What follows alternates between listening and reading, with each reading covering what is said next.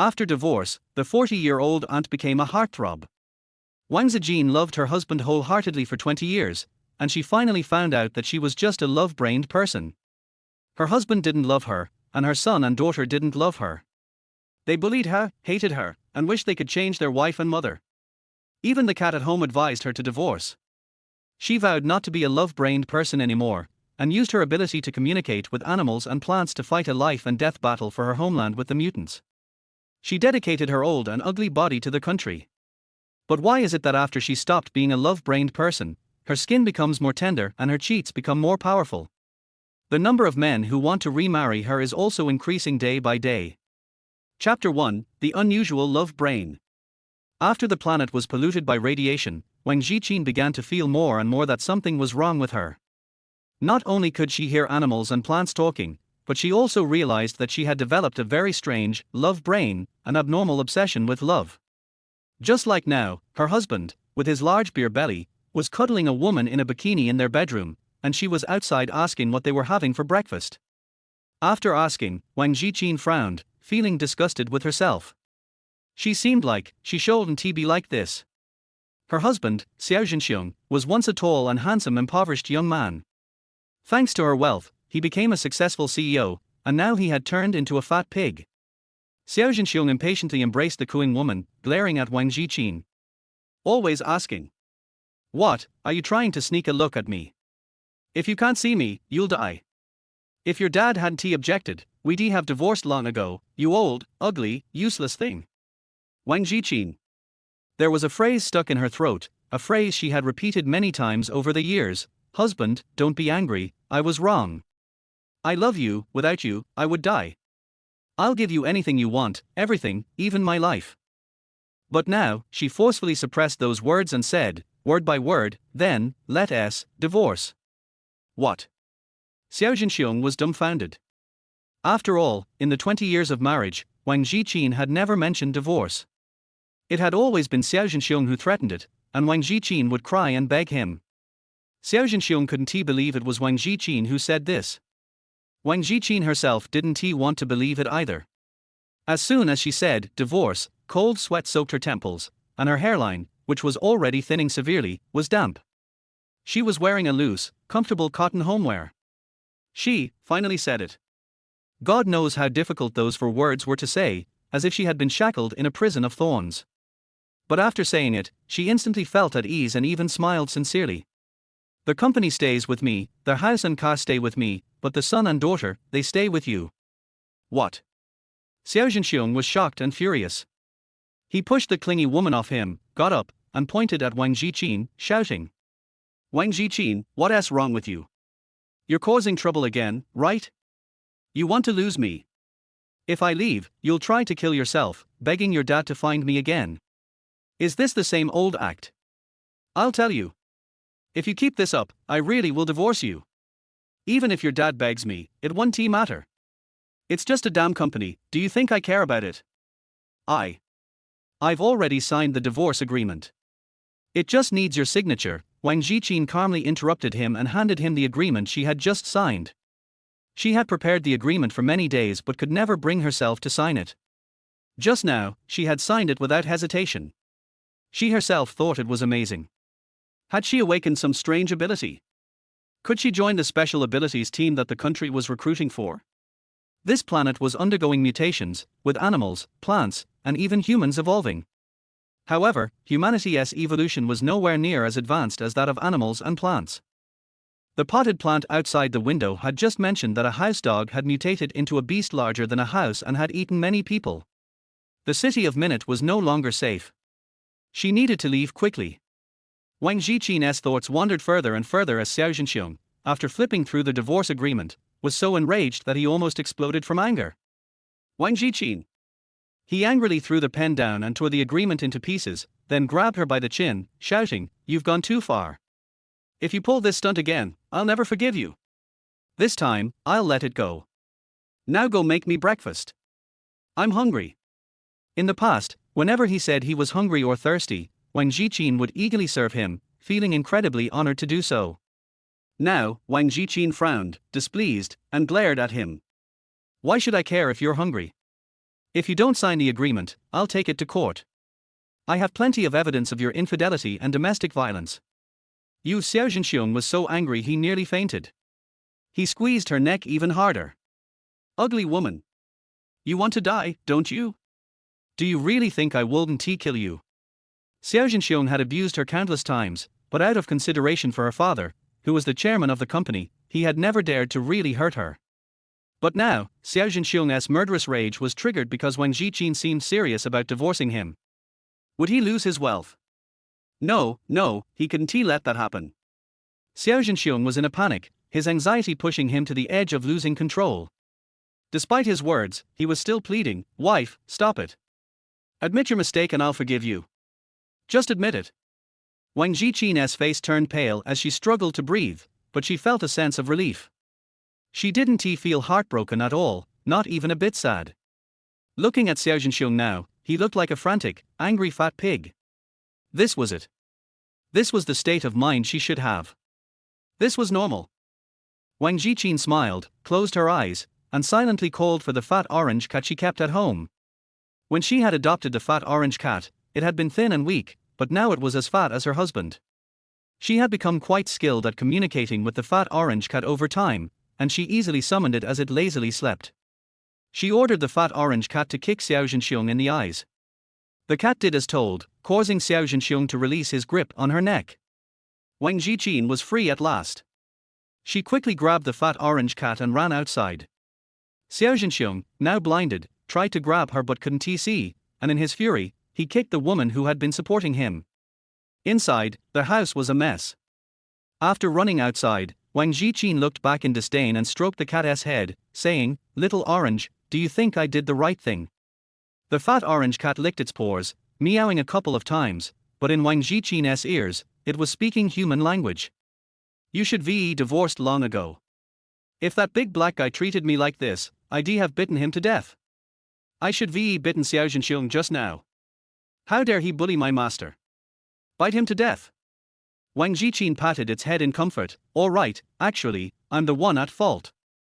I don't know what's wrong with me. Little orange, do you think I'll turn into a big monster? If that happens, you must bite me to death first, okay? My master isn't a big monster.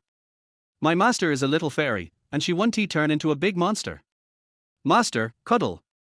The little orange cat rubbed its face against hers, making her laugh with a tickling sensation. She secretly marveled at how well the cat cheered her up. Just earlier, Xiao Zhenxiong had called her old and ugly. At that moment, she suddenly turned her head and looked at the laurel tree she had planted 20 years ago at the doorstep of her house. The thick trunk and dense green leaves almost completely concealed the man dressed in black standing near the base of the tree. If the laurel tree had reminded her, she wouldn't have noticed him. The laurel tree said, "Master, he has been watching you for a long time. Is he your eldest son, whom you lost many years ago?" Wang Zijin's eldest son had been stolen when he was born, and she had never stopped looking for him.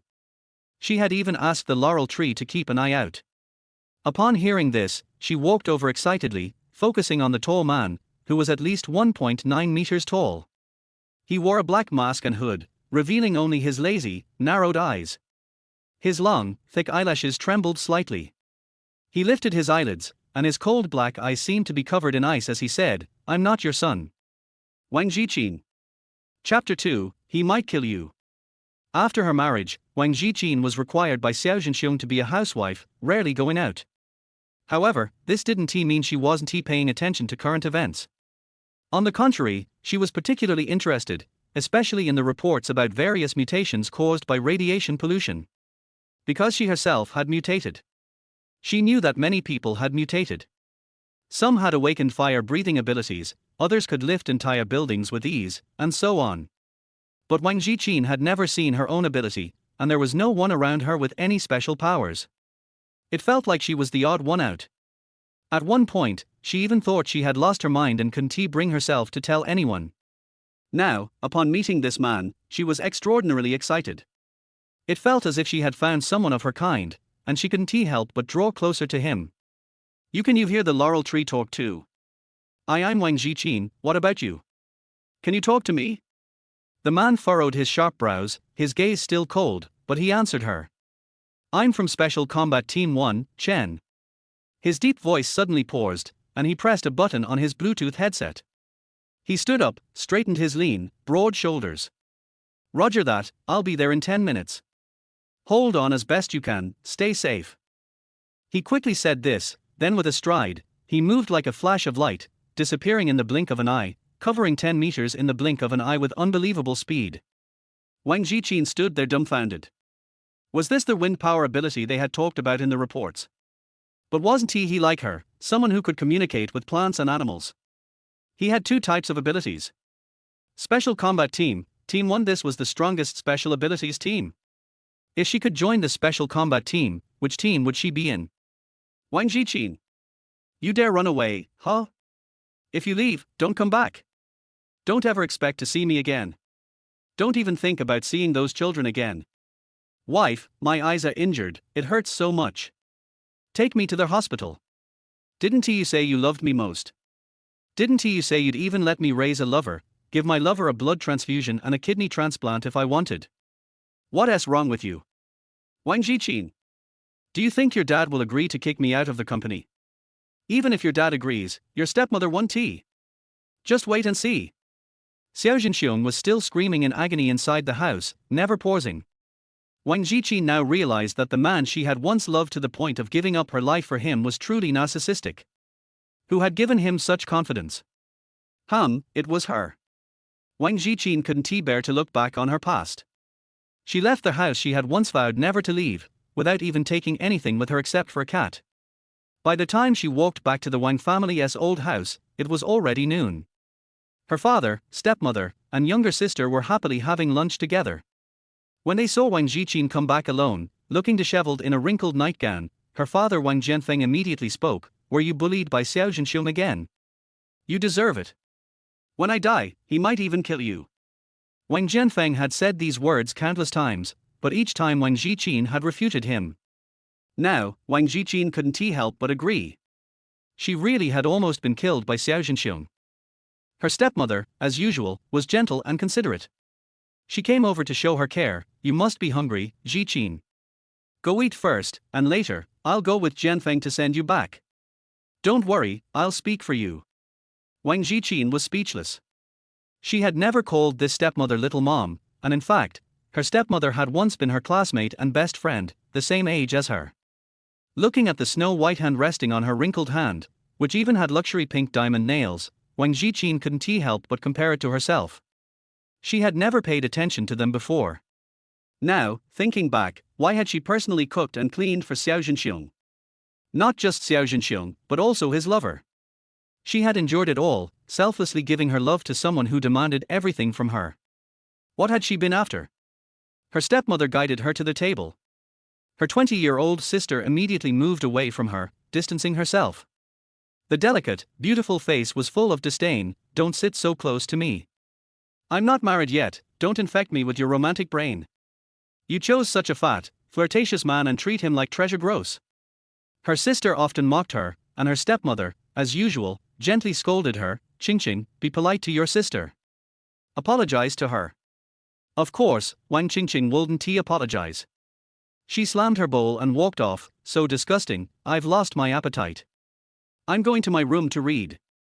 Love you, Daddy. Who doesn't love a lively, spoiled daughter? Wang Jianfeng didn't scold her at all and smiled even more broadly, his wrinkles deepening. Seeing this, her stepmother smiled too. Qingqing is just like that. Zijin, don't mind her, okay? Please, I'm begging you. Her stepmother always used humble words, but Wang Zijin had never said anything bad about Wang Qingqing. Before, she had focused on her stepmother and sister at all. Her attention had been entirely on Xiao Jinxiong.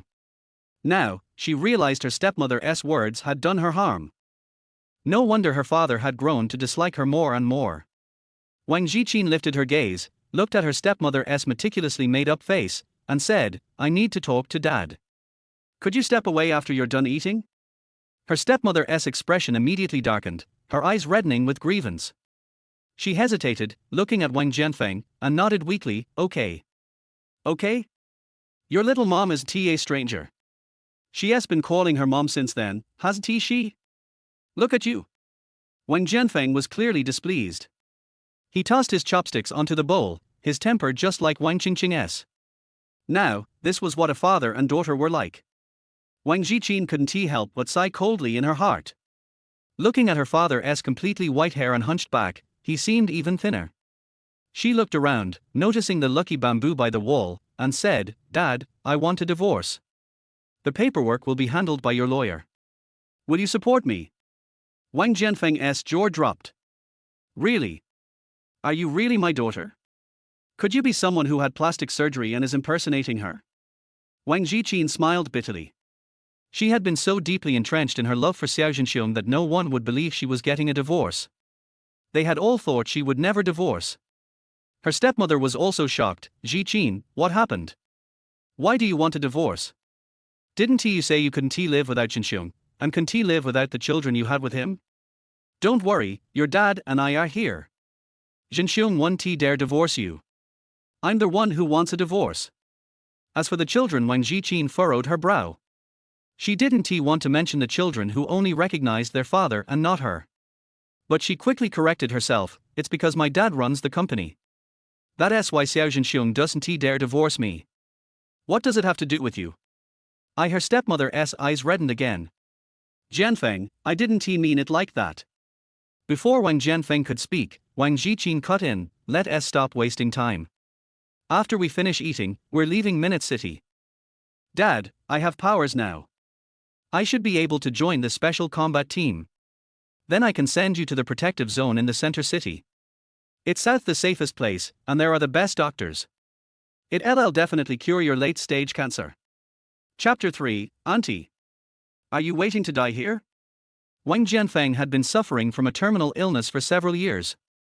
If Wang Zijin hadn't asked the lucky bamboo, she wouldn't have known about it. Her father had kept it well hidden. In a way, she could say that she hadn't been attentive enough to her father, consumed by her obsessive infatuation and neglecting the father who had raised her alone. She remembered when she was little, her father had pampered her just like he did Wang Qingqing. If it weren't for the time when she had invited her best friend to stay overnight, and her friend had ended up having relations with her drunken father, her father might not have married her best friend. That made her best friend become her stepmother. Because of the stepmother and the younger sister, Wang Zijing's relationship with her father had become more distant, while her infatuation with Xiao Zhenxiong had only deepened. Wang Zijing regretted it deeply, feeling guilty, her voice choked with emotion. "I'm sorry, Dad. It's all my fault. She had been terribly wrong. For Xiao Zhenxiong, she almost lost the father who had treated her the best. She must not lose him. She had to join the special task force." After the initial shock, Wang Jianfeng fell silent. However, her stepmother couldn't help but ask, "How did you know? What kind of ability do you have? Is it true? Are you really Zijing?" Now, even her stepmother doubted that Wang Zijing was the same person she used to be. Wang Zijing didn't explain. She put down her chopsticks and quickly went back to her room to pack her things, including her father's belongings. As for her stepmother and sister, they remained confused by her words but didn't take action. Instead, they asked Wang Jianfeng if Wang Zijing had gone mad. Wang Jianfeng stayed silent for a long time, then slowly lifted his cup of tea with trembling hands and sighed. "When Zijing was born, she almost died with her mother. But then she suddenly started glowing, all sorts of colors, and she came back to life. A fortune teller said she is the reincarnation of an immortal, sent down to endure tribulations." Stepmother and sister. Not to mention them, even Wang Zijing found it hard to believe. She had heard her father tell this story, but her upbringing had always leaned toward materialism. She didn't believe in gods or immortals, despite hearing the voices of plants and animals. It was just the result of mutation. Under Wang Jianfeng's orders, the family of four boarded the Maybach heading to the airport, but her stepmother and sister were clearly reluctant. "Jianfeng, are we really leaving like this? What about the company? What about the house? And Jin, our grandson? Are we really not taking them with us? What if? What if what? Mom, you're believing Zijing's crazy talk too. Let us just pretend we're going on vacation. Anyway, Dad, you owe me a brand new sports car and a set of pink diamond jewelry." "Har har, sure, sweetheart, Dad will give you anything."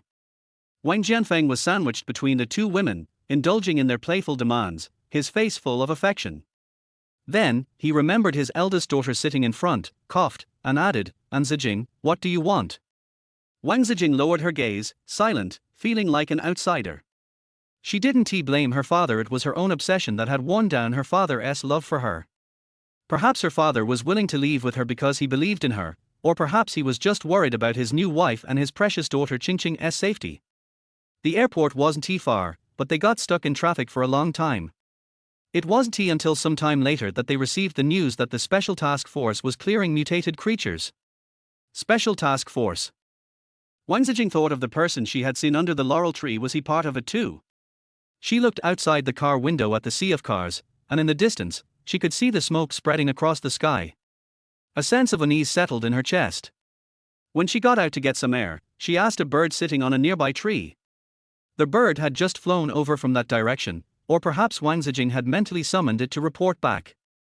"It's too dangerous. This place is too dangerous." After the monster dog was killed, many trees started eating people again. "It's terrifying." Wang Zijing frowned. Just as Little Orange had discovered, many plants and animals were acting strangely. Minute City was about to fall. She thought for a moment, told her father not to wander around in the car, and asked Little Orange to stay nearby while she went ahead alone. If the mutated creatures couldn't be eliminated, they would be trapped in Minute City, waiting to die. Riding the bike she had taken from the trunk, it took her quite a while to arrive, out of breath from the effort.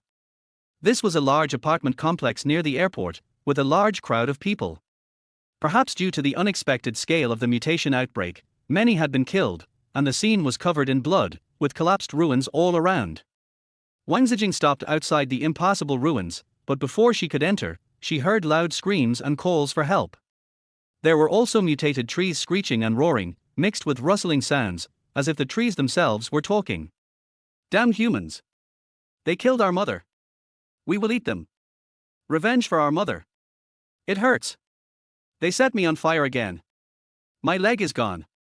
Damn humans! I'll eat you. Raw. So tasty. But not enough. I need more. Eat." Wang Zijing's heart was racing in fear when suddenly, a loud, hoarse voice screamed angrily right next to her. "Auntie! Are you waiting to die here? Get out of here. You can't go in. You'll die." The man, holding a white megaphone, shouted at her. His face was obscured by a rough beard, but his muscular, mature body suggested he was probably younger than her. Wang Zijing was startled and took several steps back. She had some social anxiety due to her lack of interaction with others. After hesitating for a moment, she mustered her courage and shyly approached, saying, I can understand them." The man, holding his earpiece in one hand, angrily yelled, "3 are dead. 3. The mutated trees keep multiplying, we can't kill them all. Your backup still isn't here, just wait to collect the bodies." "Oh, forget the bodies. I'm gonna be eaten directly. Do you think I'm some hotshot team leader? I can't wait. Help. You think abilities like ours are easy to come by?" He was about to continue when he heard a soft, scared voice from a woman beside him. Scared, as she should be. Who wouldn't be scared? He was scared too. The man impatiently turned, shouting into his megaphone, "Auntie! Didn't you hear me? Are you deaf? Get out of here." Wang Zijing was pushed roughly. She was already tired and out of shape, so the push sent her stumbling forward, causing her to fall. The man was stunned for a moment before rushing to help her up. "Auntie, are you okay? I just gave you a light push. Hurry up and leave. I have to go back and fight the monsters. Don't cause trouble." "Wait, what did you say? Say it again." His last sentence was clearly not directed at Wang Zijing, but he stared at her in shock. "What? She's a 50-year-old woman with no strength at all, and you think she can help me?" Chapter 4, Do More Square Dancing in the Future. Wang Zijin wanted to refute that she was actually only 40 years old this year and her birthday was still more than 2 months away. But she didn't, and continued to quickly say what she hadn't finished before. "I can understand what the mutants are saying, I can communicate with them, let me in." The bearded man still looked incredulous. "Do you really have that super abnormal and rare ability to communicate with plants and animals? Can you really just grab one with your hands? But auntie, it's really dangerous in there. You might die. You can still regret it now." No regrets. Wang Zijin said decisively, even though she was so scared that she bit her pale lips. The bearded man was protecting her as she walked inside. The further inside she went, the more screams she heard. This time, she heard not only the sounds of animals and plants, but also human voices. The screams of humans were so miserable, painful, and desperate. Wang Zijin became more and more frightened. She might really die. But if she doesn't go in, will she avoid death? Even if she survives, what about her father's terminal cancer? Wang Zijin stumbled, but kept up with the bearded man's pace, and at the same time, delivered useful information to him as the bearded man said. The bearded man gave a brief explanation, saying that animals and plants are just like humans, not all of them will mutate, and the abilities of mutation are also different. They classified the mutants into different levels of strength, in the order of A, B, C, and D. The most common one was level D, which could be dealt with directly with guns and cannons. But those above level D will cause magnetic field interference, and nuclear bombers and the like cannot get close, and all signals will be blocked. Only those who have awakened their special powers can enter, or the mutants themselves can actively allow humans to enter and become their food. The mutated tree here is of Class C. He is now taking Wang Zijin in, which is the first case. It was finally confirmed that Wang Zijin was indeed a person with supernatural powers. But Wang Zijin was a little confused. She did not feel the magnetic field interference that the bearded man mentioned, and her hearing did not seem to be obstructed. She had been relaying the sounds she heard to the bearded man all the way until she reached the mutant's attack range. The words she spoke could clarify the source of the mutated tree. The bearded man was particularly shocked. No, you are stronger. You are stronger than those two. But if you talk nonsense and trick me, you are dead, auntie. Wang Zijin pursed her lips and shook her head, her eyes still fixed in fear on a man with a flat head who was pierced through the waist by a swinging branch. The man with the flat head screamed in agony, his face covered in blood and tears. He cried and struggled hard, but his face was visibly shriveled. His flesh and blood were being devoured by the tree. Wang Zijin had seen the tragic scenes in the news, but none of them shocked and terrified her as much as she saw them in person. Blood splattered all over Wang Zijin's face. The hot blood of those who fought bravely against the mutants to protect humanity. The bearded man next to her had already rushed out, and together with the girl with pigtails who jumped over from a big tree on the other side, they took a lot of effort to rescue their companion who was almost eaten. The girl with pigtails swung her hand and a ball of blazing fire appeared, which drove away the bloody branch, even though her face was covered with tears from fear. Captain! Captain, why are you back? Have the reinforcements arrived? Where are the reinforcements? We can't hold on any longer. We can't protect the people inside.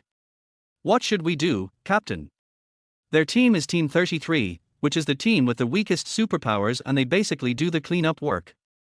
This time we came to Minute City, it was to clean up the debris after Team 1 eliminated the B-level mutant dog, collect specimens, and check the surrounding mutation situation. The mutants spread through reproduction, so there is a high possibility that some of them will be missed, but they didn't expect that several mutant trees would be missed. Sea level. Even if they were deployed as a team, they could only control 1 or 2 trees at most, and now the casualties are extremely serious. But they didn't dare to retreat. If they took a step back, the residents trapped inside by the mutated tree would be eaten by the mutated tree. They were looking forward to reinforcements and hoping that Team 1, which had moved to other areas, would come back quickly, but they really couldn't hold on any longer. The girl with pigtails was young after all. She cried bitterly as she looked at her dying teammate, but she did not stop attacking and continued to hold the defense line. The bearded man handed the wounded man to her and ordered loudly, "Don't cry. Evacuate him immediately. Contact the gardeners to bring in the mother tree of the mutant tree. Go." Although the girl with pigtails was confused, she was very professional and didn't ask any questions. She ran outside hurriedly carrying the wounded man with great effort. When she passed by Wang Zijin, she responsibly shouted, "Auntie, run. It's dangerous here." Wang Zijin couldn't run away. She had been so frightened that her legs went weak since she came in. Fortunately, the place where Big Beard had placed her was relatively safe. She heard the bearded man's arrangements and realized that these trees transplanted from the garden had mistaken their mother. Although I don't know why they mistook the mutated dog for their mother, they were seeking revenge, which is why they attacked humans so crazily. If Big Beard asked Pigtail to move the mother tree over, it would indeed have an impact on these mutated trees and give them a chance to rescue people. But it was too time-consuming, they were still suffering casualties, and there was no guarantee that reinforcements would arrive. Wang Zijin thought about it seriously, and then negotiated with the mutated trees in his heart, telling them that they had recognized the wrong mother and that their mother was coming. But the mutant tree didn't listen to her at all. It called her a liar and threatened to eat her. The bloody branch flew towards her with a whoosh sound, and Wang Zijin could even see the dense thorns on it. It's like a gaping bloody mouth. Wang Zijin was so frightened that his blood froze, while the bearded man in the distance was jumping up and down with 2 guns in his left and right hands, attacking the mutated tree. He kept an eye on the interpreter he brought in to ensure her safety. Seeing this, he immediately aimed at her and shouted, "Get down! Auntie, get down quickly!" Before he could say a word, or even aim, he saw a flock of birds flying over from somewhere, rushing straight towards the branch and pecking at it. In the blink of an eye, all the thorns on the branches were pecked off by the birds. The branch trembled, then shrank back with a whoosh. The flock of birds also dispersed, leaving only Wang Zijin standing there stiffly and trembling. The bearded man didn't have time to think about what was going on with the flock of birds. He quickly ran over and grabbed Wang Zijin's arm. "Auntie, your mission is accomplished. Get out now." Wang Zijin was very frightened. Although she summoned animals and plants for help in her heart, she was not sure that any animals or plants would come to save her. The mutants are very powerful, and both animals and plants are afraid of them. She can hear their frightened sounds. But they came to help her anyway. Wang Zijin thanked the flock of birds gratefully, and tried to summon more animals and plants to help, so that the chances of rescuing the trapped hostages would be greater. However, she did not succeed this time. Instead, she felt dizzy, her head was spinning more and more, and blood flowed from her nose. The bearded man quickly supported her, carried her on his shoulder with one hand and ran out, complaining, "Auntie, your physical fitness is not good. Your nose bleeds like a fountain when you use your supernatural power. Go do more square dancing in the future." Wang Zijin felt dizzy and his consciousness was gradually blurring. As he walked backwards and saw a bumpy vision, he vaguely saw a black shadow rushing towards the mutated tree at the speed of light. He held a long sword wrapped in black cloth in his hand, and with a clean swing, the tree broke in two. Chapter 5, Still Divorcing Your Cheating Husband. "Master! Master, wake up! Master, if you don't wake up, your kind will leave." Wang Zijin was woken up by Xiao Juzi. She opened her eyes groggily and found herself lying in a narrow RV, sleeping on a small bed with cartoon patterns. Little Orange lay on Wang Zijin's shoulder, rubbing his fat head against hers, a big, heavy lump. Wang Zijin was helpless. No wonder he felt as if there was a mountain pressing down on him in his dream just now, and it took him a long time to move the mountain like Yugong. "What time is it? My dad and the others. Little Orange. How is the mutant tree? Have those people been rescued? And those little birds?" Wang Zijin thought of the group of birds that saved her and that the bloody battle was not over yet, so she anxiously got up from the bed.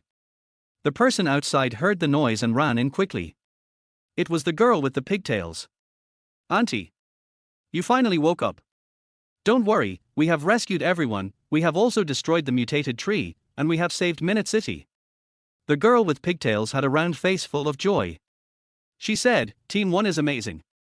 They killed those mutant trees just like cutting vegetables." Bang! All the mutant trees fell down. "We in Team 33 are useless except for getting military ranks and benefits." Sigh. The girl with pigtails was emo again. Before Wang Zijin had the chance to comfort her, she hugged Wang Zijin excitedly and kept praising him excitedly. "Auntie, you are so amazing. The captain said you have the ability to communicate with animals and plants. This is a super rare and super useful ability. There are no more than 10 of them on our entire planet, and there are only 2 in our country. Auntie, you have brought honor to our country. You are awesome. Wang Zijin, thank you." Wang Zijin blushed at the praise, even though she herself didn't understand what her usefulness was. Is it precious because it is rare? Little Orange was so angry that his hair stood on end. Flatterer. I met someone who is trying to steal my job. Master, look at me, look at me. Don't look at the flatterer. Wang Zijin rubbed Xiao Juzi's head and said embarrassedly, "I didn't help at all, and I fainted and caused trouble for you. I. Har har har. Auntie, your physical fitness is indeed poor, but your supernatural powers are not bad, they are very strong. The bearded man came in from outside with a big laugh. He still looked like that sloppy, rough man, with his face unwashed and stained with blood, but when he smiled his teeth were dazzlingly bright. A very cheerful and sunny man. Auntie, you are very strong. He gave a thumbs up, his thick eyebrows and big eyes sparkling. The investigation results said that the reason why the mutant tree mutated is that there are mutant dog puppies buried under the tree. Those trees absorbed the genes of the puppies and mistook the mutant dog for their mother. There is also an infection chain between mutant plants. This has never been seen before. This is a major discovery. If Team 1 hadn't arrived so quickly, you would have been awarded the first-class merit. Wang Zijin. She had never been praised before, but this time she was praised by both of them at once. She was so flattered that she was surprised. The bearded man patted her shoulder and said solemnly, Auntie, would you like to join my 33rd team? Not only will you get paid, but I can also take you to exercise. Old people should exercise more. Wang Zijin, thank you. However, Wang Zijin's goal is to join the special forces. So, under the excited encouragement of the girl with the braided hair, she nodded seriously and said, Okay, then can I bring my family? Captain Liu. It's bad. Chen Ji is seriously injured. The doctor said he is dying. Chen Ji wants to see you. Someone reported from outside. The bearded man's face suddenly turned dark, and he turned around and left in a hurry. The girl with pigtails also ran out crying sadly. Wang Zijin stayed where he was, holding little Orange in his arms, muttering, Chen Ji. Chen. Her face turned pale and she quickly chased after them with little Orange in her arms, following them into another larger RV not far away. The car was full of medical equipment. The doctor in the white coat had blood on his hands. He said tiredly and desperately, I tried my best, but I can't save Chen Ji, Laolu. The man in the white coat was crying, and the bearded man patted his shoulder with red eyes and walked inside with heavy steps. Wang Zijin hurriedly followed but was stopped by the man in the white coat. Sorry, no unauthorized entry is allowed here. The man in the white coat had a hoarse voice, but he still had to take responsibility. Wang Zijin opened her mouth and wanted to explain something, but she had no idea how to explain it. She and her fellow were not familiar with each other at all. But she was still very sad when she thought about the loss of her kind. Her eyes were red when she carried the cat out. Why are you crying? Suddenly, a young man's voice came from the side, a little cold and a little familiar. Wang Zijin suddenly raised her head and met the man's deep black eyes outside the mask. It was like a mysterious abyss covered with ice that could suck her in. Wang Zijin inexplicably felt dangerous, but this was someone of her kind. Her kind is not dead and is still standing here. Wang Zijin felt embarrassed, rubbed his eyes and whispered, I thought the Chen Ji in there was you. Isn't your name Chen Ji? The man stared at her scrutinizingly and said, My name is Chen Jin. Wang Zijin said, Oh, and sincerely extended a hand. Hello Chen Jin, my name is Wang Zijin, you can call me Aunt Wang, I am good at cooking and washing clothes, oh. Wang Zijin was even more embarrassed. She was not good at communicating, so she could only say the truth, Can I be your friend? I have a question, can I consult you? Chen Jin had a blank expression on his face. He held his long sword wrapped in black cloth in both hands, rubbing the ancient dark patterns on the hilt with his white fingertips, and said nothing. Wang Zijin looked at the sword and thought of the moment before he fell into a coma. It turned out that it was not an illusion. He was really strong. Her hand was a little weak, so she had to take it back with a red face, Sorry, I'm so abrupt. I'll go over there and wait for the captain. She wanted to go back to the RV she had been in before, but just as she took a step, she heard Chen Jin speak. Captain? Liu Yingchuan? Have you joined Team 33, he asked. Wang Zijin then realized that the bearded man was Liu Yingchuan. He nodded and said, I am ready to join, but I haven't. Team 33 is not suitable for you. Chen Jin lightly circled his fingers on the long sword, and with a casual turn, the sword floated lightly beside him. There was no need to hold it, it just floated like that. Wang Zijin was stunned. Superpowers. Chen Jin explained calmly, and continued, I heard about your performance when I was talking to Liu Yingchuan. Your superpowers are very strong. You are overqualified for Team 33. Come back to the central city with me. Central City. It hits their heart. Wang Zijin was immediately moved, but she had already promised Liu Yingchuan, and she was not a person who did not keep her word. So she shook her head and refused, with a very good reason: I'm old and in poor health. I can't run around and work hard with you young people. Heh. Chen Jin suddenly laughed, very short, very cold, and full of sarcasm. Wang Zijin looked at him in confusion, but saw that he still had a cold expression on his face. At least the eyes above the mask were very cold. Wang Zijin, he also lowered his eyes to look at her, and said coldly, think about it again, the salary of Team 1 is higher than that of Team 33, and I can also take you to exercise. As for your family. He leaned forward slightly and stared at Wang Zijin more closely. Why don't you divorce your cheating husband and keep him for the new year? Chapter 6, Old Cow and Young Grass. Wang Zijin was shocked. She didn't expect that Chen Jin knew all the conditions she had discussed with Liu Yingchuan. And, did he hear everything that time under the laurel tree? Family disgrace should not be made public, and Wang Zijin was embarrassed again. She opened her mouth and wanted to say that she was already getting a divorce, but Chen Jin was about to leave after receiving an emergency mission communication. Take this and you can report directly to Team 1 in the Central City. Chen Jin took off an ancient dark silver ring from his finger and handed it to Wang Zijin. Wang Zijin was stunned and waved his hands hastily. No, I won't go. Don't be so quick to refuse. Chen Jin stuffed it into her hand and turned away. Wang Zijin, we'll see each other again. He was very fast and Wang Zijin couldn't catch up with him at all. I can only sigh that Team 1 is really busy and exhausted, and it is really not suitable for her as an elderly person.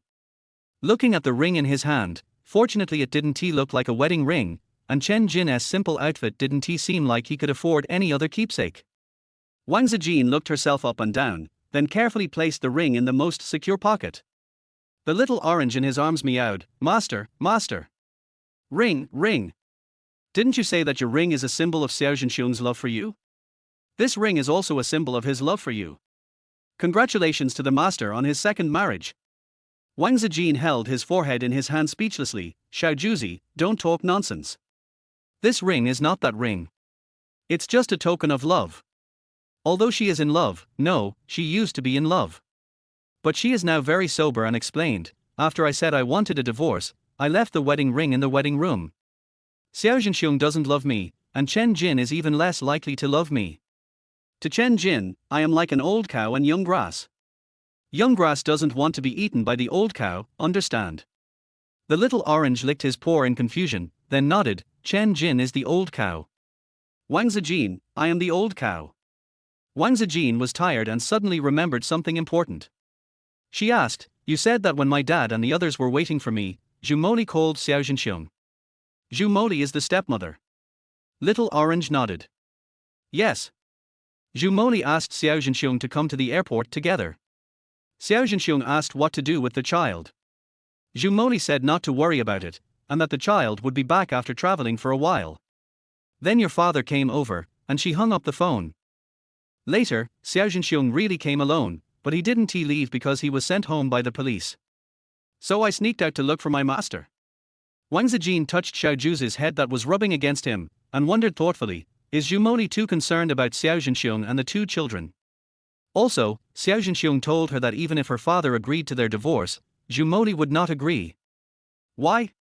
She was thinking about her own things until Liu Yingchuan and the others came out of the RV. It was already dark. Auntie, sorry to have kept you waiting. Liu Yingchuan's eyes were still bloodshot and his voice was hoarse. He coughed before speaking again. Auntie, you've seen it too. In this line of work, casualties are inevitable. Although your abilities are valuable, you can choose not to join. Wang Zijin's eyes widened, and he became a little anxious. Captain Liu, do you want to go back on your word? You have already invited me, and you can't go back on your word. Liu Yingchuan, har har har. Liu Yingchuan was amused by her. His tired, tense and overly sad body leaned against the RV and laughed for a long time, then he relaxed. Okay. He sighed, speaking much faster, then you are now a new member of Team 33. We will leave Minute City tonight, so go get ready and leave together. He drove Wang Zijin himself and sent her back to the Wang family's old house. On their way, he submitted Wang Zijin's application to take her father and his family to the Central City. Wang Zijin felt relieved and happily pushed open the door of the villa. At first glance, she saw the person she least wanted to see. Xiao Zhenxiong is here. Xiao Zhenxiong was standing next to the fountain. His fat body cast a large shadow on the light, and a piece of his skirt could be vaguely seen from his arms. Pink. Zhu Moni and Wang Qingqing both like pink, so they both wore pink dresses today. Wang Zijin frowned and said to Lu Yingchuan beside him, "Captain Lu, I can go in and get my luggage by myself. You just wait for me outside, okay?" Lu Yingchuan also saw the two people kissing, and turned his face away. "Okay, then you." "Dad. That ugly woman is back." "Hey, you brought a man back." "Dad, that ugly woman is going to cheat on you. Beat her up." Two voices, one male and one female, full of disdain and malice, came from the school uniformed boys who were picking flowers and making wreaths on the other side of the fountain. Wang Zijin has two children, sister Xiao Shui is 17 years old and brother Xiao Lei is 14 years old. They just stood beside Xiao Zhenxiong and watched him hug other women and kiss them. Not only did he not stop it, he also tipped off Xiao Zhenxiong, mocked their mother, and instigated their father to beat their mother. What kind of family is this? It completely shattered Lu Yingchuan's three views. He looked at Wang Zijin beside him worriedly, but found that although Wang Zijin no longer had a smile on his face, he was not angry either, and his face was as calm as stagnant water. Perhaps it's because I've become accustomed to this expression of despair. Wang Zijin said to him, "Captain, I'm sorry, you may have to wait for me for a while. I will do it as soon as possible and will not delay the trip." Lu Yingchuan was silent for a moment. Before she could say anything, she heard their dad mentioned by her children again and started cursing. "Wang Zijin, what do you mean? Are you crazy enough to bring a wild man to show off in front of me just to keep me? You are so ugly, and you think you can find a wild man? You can tell he was bought with money. You dare to steal money from home, and you want your hands to be broken, right? And you? Spit out the money. Quickly. Don't think I won't beat you up just because you're tall and strong. I have a bunch of bodyguards, owl." Xiao Zhenxiong's finger was pointing at Lu Yingchuan's nose. Lu Yingchuan could no longer bear it, but he didn't bear it at all. He grabbed Xiao Zhenxiong's wrist directly, and there was a crisp sound of a bone being dislocated. The pain was so severe that Xiao Zhenxiong could only scream like a pig being slaughtered. "Dad! Let Dad go! Xiao Lei, wait a minute! Dad, hold on! My brother and I will help you call a bodyguard." The two siblings, one impulsive and the other calm, worked together to rescue their father. This was the kind of parent-child love that Wang Zijin had never enjoyed before. Although she felt that she had never treated her two children badly, she still showed special care and concern for them and always asked about their well-being. She was so meticulous that every pair of their socks was sewn by her own hands. But the two children never felt grateful to her. They even thought she was annoying, ugly, stupid, and that she stayed at home every day, like a frog in a well. Frankly said he wanted to change his mother. Therefore, they never objected to their father's life of debauchery, cheating on their fathers, bringing lovers home, and being intimate with them in front of them. They just want their father to kick out their annoying mother and find them a young, beautiful, smart and capable stepmother. Chapter 7. She's not the only one cuckolded. "Auntie Wang, why would you keep a husband like this for the new year without divorcing him?"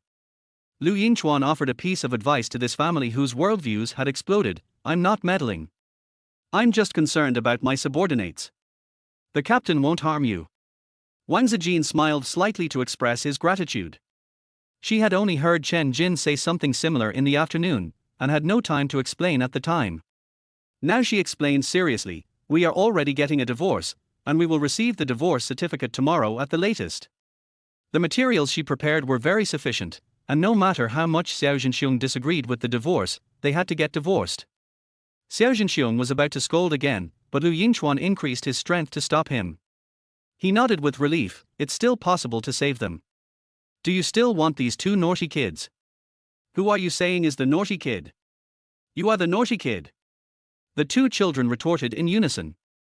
Wang Zijin thought that this word was really appropriate and shook his head decisively. "No. Who cares if you want it?" Xiao Shui said with disgust, "You ugly woman. Not even half as pretty as your grandmother. If you weren't ugly and stupid, I wouldn't be laughed at by Wang Qingqing. Why don't you just die?" Wang Zijin said numbly and coldly, "So, you just want your little grandmother to be your new mother?" Xiao Shui widened her eyes in surprise. Xiao Lei, who was still relatively immature, asked in confusion, "Did you see what just happened?" Xiao Shui covered Xiao Lei's mouth. "You're seeing things. It wasn't the little grandma just now, it was Wang Qingqing. Daddy has sand in his eyes, and she was blowing it for him. The little grandma and grandpa have been sleeping for a long time." Wang Zijin said, "Okay, then I'll ask Wang Qingqing." "No." Xiao Shui's face flushed, she rolled her eyes, and stammered, "Wang Qingqing doesn't want to see you, she hates you, she's disgusted by you." It was the same lines again. Wang Zijin didn't want to waste any more time. She looked at Xiao Zhenxiong, who also looked nervous, and said, "I have something urgent to do. Forget about it today. Take your son and daughter and leave. The Wang family doesn't welcome you. Don't come again." Xiao Zhenxiong naturally refused to leave. His whole fat face turned black with anger and his fat flesh was trembling. "Wang Zijin! You dare to chase me away? You will lose me. You will never see me again. Xiao Juzi, chase them out." Wang Zijin put down the cat that was eating melon in his arms. Little Orange sharpened its claws, jumped up and started to scratch Xiao Zhenxiong's eyes, which were still covered with gauze. Xiao Zhenxiong was scared so much that he ran away, pissing his pants and cursing. The two children were also scared away by the cat and ran faster than their fat father. Wang Zijin immediately closed the large carved iron door, then raised his pale face tiredly and said, "Sorry, Captain, I made a fool of myself. I'll go wake my dad up right away." "It's okay." Lu Yingchuan waved his hand, squinted his eyes and looked upstairs, and whispered, "Someone was peeking in that room just now, wearing a pink skirt." Wang Zijin was already certain that the person just now was her stepmother. She didn't need Lu Yingchuan to remind her. She could just ask the plants in the garden and she would know. But she still expressed her gratitude to Lu Yingchuan for his generous help. God knows how long it has been since she felt the warmth of humanity. Her environment was so cold and harsh that she almost thought that her world was dark. It feels so good to see the light again. Wang Zijin went straight to the second floor and knocked on her father's bedroom door. The person who opened the door was Zhu Moli, with disheveled hair and a pink suspender nightgown. Zhu Moli rubbed her eyes, looking sleepy, and asked, "Zijin, you're back? What's the matter? Your father finally fell asleep, don't wake him up." Wang Zijin glanced coldly at the petals stuck to Zhu Moli's hair, which were the same pink roses as the wreath woven by Xiao Shui and Xiao Lei. Although it has been confirmed that it was Zhu Moli, Wang Zijin still found it a little hard to accept. Zhu Moli was her stepmother. Not only she was cheated on, but also her father. If his father knew about this, he would definitely be very sad, but his father is in the advanced stage of cancer and cannot be stimulated anymore. This is also why Wang Zijin said, "Let's forget about it today." She cannot expose them now and has to wait. Wang Zijin took a deep breath and said, "I'm here to pick up Dad from Minute City. You will stay here from now on. I will take care of Dad." "What? You want me to stay?" Zhu Moli was surprised, then quickly shook her head, her voice became louder, and she cried softly. "No, you can't stop me and Jianfeng from being together just because you hate me. I want to be with Jianfeng, wherever we go. Please, Zijin, please don't break up Jianfeng and I." The crying was so loud that Wang Zijin felt his eardrums throbbing. Wang Jianfeng, who was sleeping on the bed, naturally opened his eyes with difficulty. It was very difficult. Wang Zijin saw clearly that her father's illness must not be delayed any longer. So, after Wang Jianfeng hugged the crying and coquettish Zhu Moli and said that he would take Zhu Moli with him if he left, otherwise he would not leave at all, Wang Zijin immediately compromised. In fact, she understood her father's feelings very well. When you love someone, you will not turn back until you hit the wall. And she was even more unwilling to look back even after her head was broken and bleeding, and no one knew why she suddenly came to her senses. She thought that her love brain was probably inherited from her father. Both father and daughter were tortured by the love brain and suffered greatly from it. Wang Zijin kept her word and soon got into Lu Yingchuan's car with her father, stepmother, and Wang Qingqing, who looked resentful. Lu Yingchuan explained to Wang Zijin that each member of their 33 teams had an RV, so they could set up camp wherever they were assigned to carry out missions. I also applied for a new one for Wang Zijin, who had just joined the team. He can pick it up when he reports back to the central city. As the team leader, Liu Yingchuan often convenes team members for meetings, and the RV is considered to be quite large. But things were in a mess, and as soon as they got on the bus, there was a smell of stinky socks, which made Wang Qingqing and her daughter vomit on the spot. What the hell? I don't want to get in this car. I want to ride in our Maybach. Daddy! Daddy! Wang Qingqing shook Wang Jianfeng angrily. Wang Jianfeng doted on his little daughter, and he almost vomited, but Liu Yingchuan didn't give him a chance to speak. Of course, but the journey is long. If you are attacked by mutants on the way, can your Maybach protect you? My car is specially made.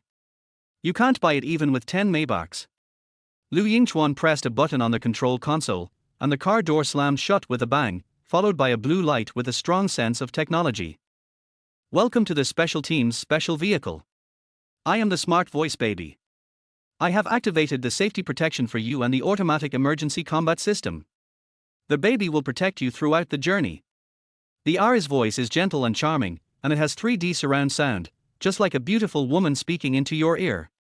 Wang Zijin was so shocked that he trembled and felt a little confused. Is this true for all AIS, or just this car's? Could her car also make the same sound?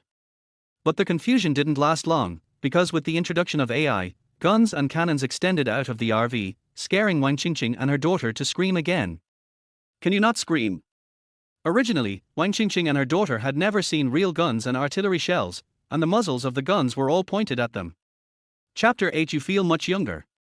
Wang Zijin was also shocked, but the reason she was shocked was that she didn't understand why Liu Yingchuan pointed a gun at Wang Qingqing and her daughter. Liu Yingchuan seemed to have just discovered the problem and said in surprise, the direction is wrong, sorry. Wang Qingqing jumped up and down in anger. You did it on purpose. You are helping Wang Zijin to take revenge on us. Are you blind? You like Wang Zijin's old and ugly face. Do you know that Wang Zijin is married? She even gave birth to 3 children. Even her husband thinks she is ugly. But it's true, you're ugly too. You're so ugly with that big beard on your face. And you use such a vulgar and disgusting AI voice. You look like a poor and ugly loser who can't get a wife. Only a poor, ugly loser would be interested in that ugly bastard Wang Zijin. You are just a blind. Wang Qingqing. Wang Zijin frowned and spoke in a cold tone. If you don't want to ride in this car, get off and ride in your Maybach. She was a little angry. Not only did he scold her, but he even dared to scold her boss. If her boss gets angry and fires her, what will happen to her father's illness? It was rare for Wang Zijin to be assertive, but Wang Qingqing had always looked down on her, so how could she listen to her? Wang Qingqing opened her mouth in disdain and was about to continue cursing, but her mother pulled her away and winked at her to stop. Zhu Moli was not as young and energetic as Wang Qingqing. She said softly, Qingqing didn't mean it. She was just too sad and too worried about her father's health. Zijin, you can understand, right? Please forgive Qingqing and don't kick us out of the car. Please. Wang Zijin was very familiar with her stepmother's routine, and sure enough, the next second, she heard Wang Jianfeng's angry voice. She dares. Wang Jianfeng hugged his wife and youngest daughter to comfort her, but glared at his eldest daughter Wang Zijin, unfilial daughter.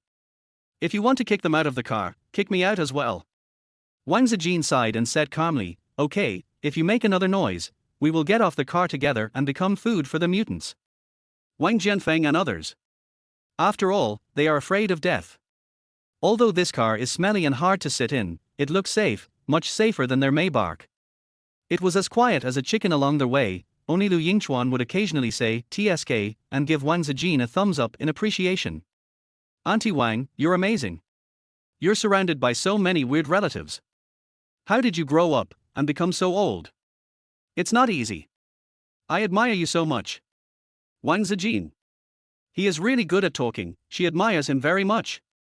The RV looked bulky, but it was very fast, faster than a supercar, and it arrived at the temporary base of Team 33 in a short while. Several girls with pigtails were waiting there, but they were all in low spirits, just like when Wang Zijin left. Chen Ji, after all, could not be saved. Originally, half of Team 33 had been sacrificed in this mission, with 2 seriously injured and 1 dead. Now with Liu Yingchuan and Wang Zijin, there are only 5 people left. Liu Yingchuan asked them to transport the dead and injured teammates to his car, and he wanted to take his teammates home safely. As for Wang Zijin and others, he arranged them to stay in the RV of the other 3 teammates. The girl with pigtails took the initiative to pull Wang Zijin, asked her to go with her, and also agreed to let Wang Zijin bring Wang Jianfeng along. But Wang Jianfeng was unwilling to separate from Zhu Moli, and Wang Zijin had to give up after trying to persuade him. Their 4 cars drove towards the central city in the thick night. Too many tasks are waiting for them, leaving them no time to rest. Wang Zijin held the cat, nestled in the bed of the girl with pigtails, and stroked the cat's head together with the girl with pigtails. The girl with pigtails said her name was Feng Xiaojia, she was 18 years old, and also introduced several other teammates, including their captain Lu Yingchuan.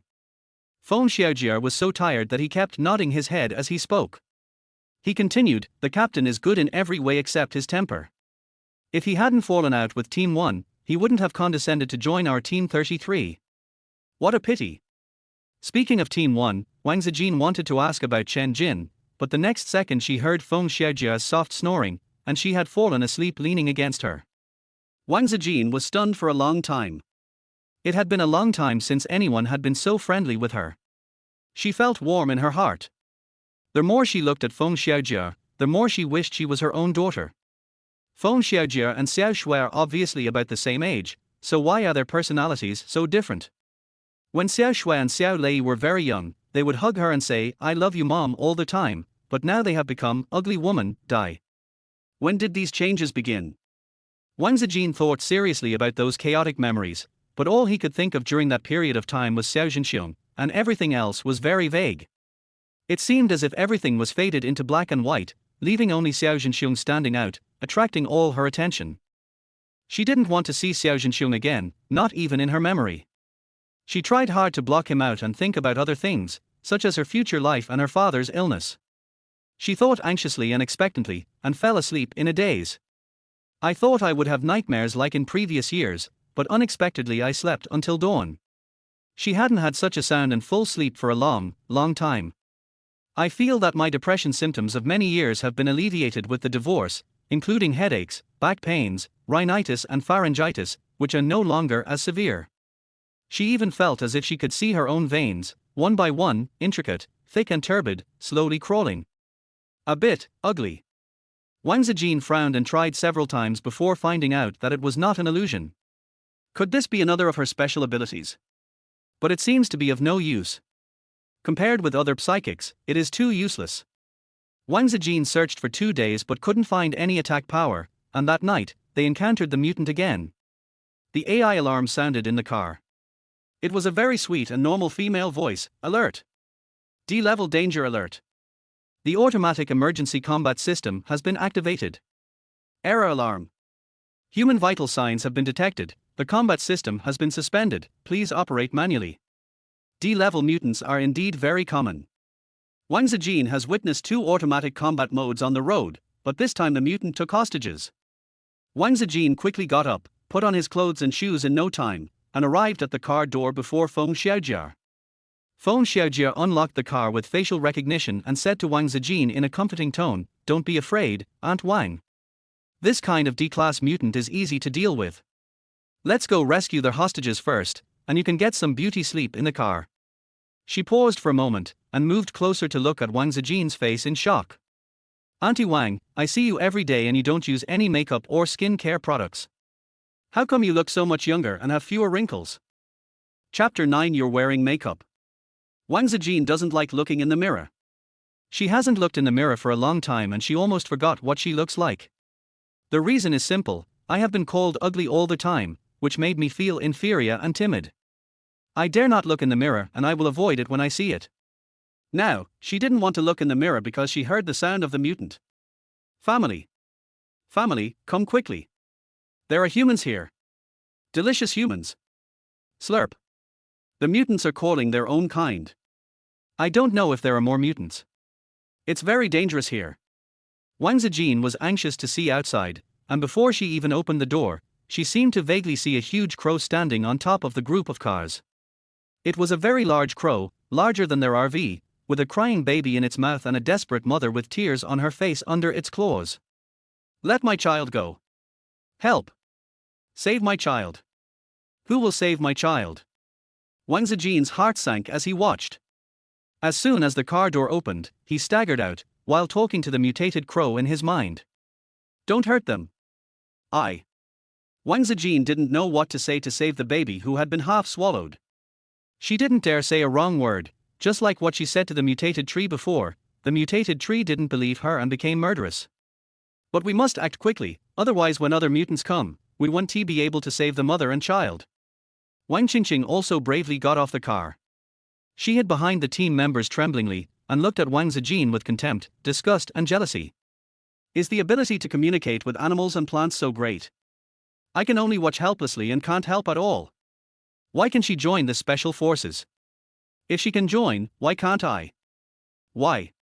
Wang Qingqing learned a lot along the way and also wanted to join the special team. This is the most attractive job in the world today. It is safe and you are surrounded by colleagues with special abilities. But the captain Lu Yingchuan, whom she called a loser, ignored her, so she could only complain about the other members of the RV she was riding in. The team member was a hot-blooded young man who was very caring towards the beautiful Wang Qingqing and was still protecting her. Hearing this, he also echoed, yes, she is an old woman who can't do anything. How can she compare to the beautiful Qingqing? Don't worry, if you marry me, I will ensure that you can join the special forces and be a logistical recorder. Who wants to do logistics? Marry you. Wang Qingqing's eyes were filled with disdain. Although the other party was decent looking, his official position was too low and he was not worthy of her, a top rich lady with both talent and beauty. But now she still needs this man's protection, so she said delicately, I need to observe you more to see if you are good to me, so please behave well. The teammate got the advantage and was so excited that he was rubbing his hands together, which made Feng Xiaojia next to Wang Zijin retch quietly. How disgusting. Zhao Yang is so disgusting. It's already this late and is not thinking about saving people but flirting with girls. But, how can we save them? Feng Xiaojia was also very anxious when she saw the cruel scene. They didn't dare attack casually, for fear that the mutant crow would accidentally swallow the baby or trample the mother to death. Where is the captain? The captain is there. Let's go over there quickly.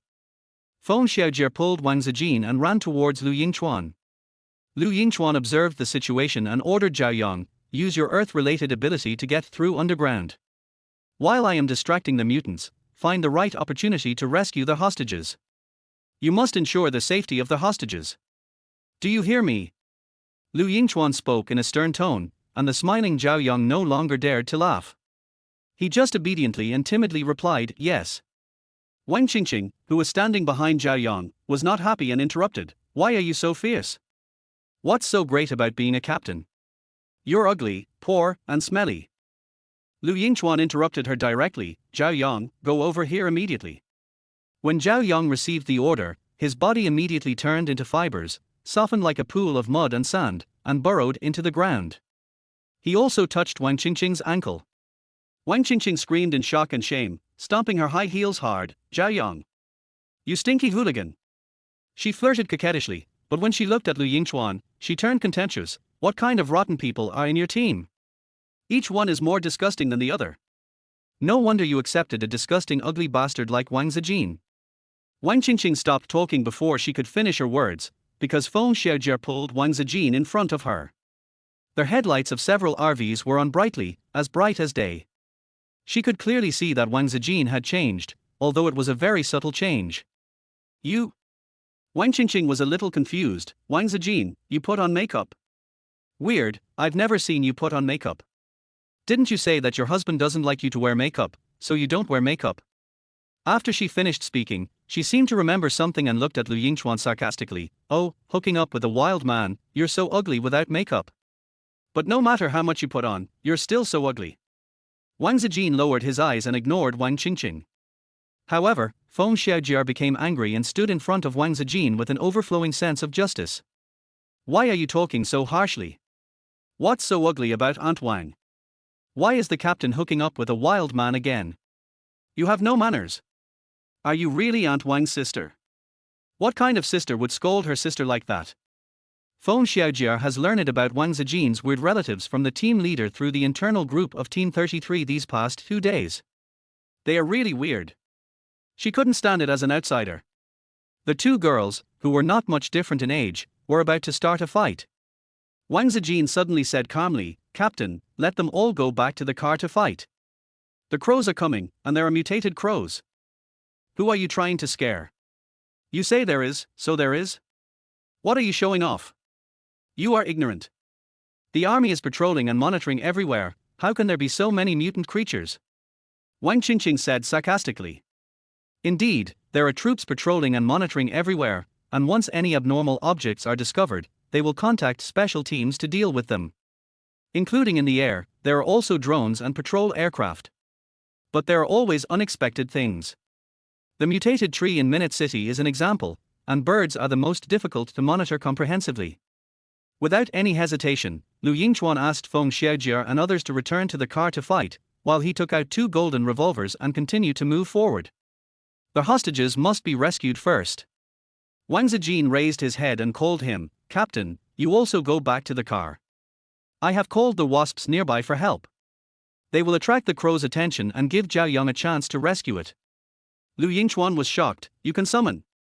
Oh, those birds last time were summoned by you? You have a nosebleed again. You have a nosebleed whenever you use this summoning ability." Wang Zijin was trying hard to wipe the blood from his nose, but it wouldn't stop. His head was also dizzy. Did the nose bleed after using a large-scale summon? Her thin body shook, and a ring fell out of her pocket, landing on the ground with a crisp thump. Lu Yingchuan, who was walking quickly towards her to support her, suddenly froze. Chapter 10. Eat her. This is Chen Jin's ring. How come it's here with you? Lu Yingchuan looked at the ring in doubt, then looked at Wang Zijin, and asked directly, "Aunt Wang, did you steal Chen Jin's ring? Or did you pick it up?" Wang Zijin was supported by him, but she immediately bent down to pick up the ring. Hearing this, her fingers paused for a moment, then continued to pick it up softly. She was dizzy and tried several times to pick it up but failed.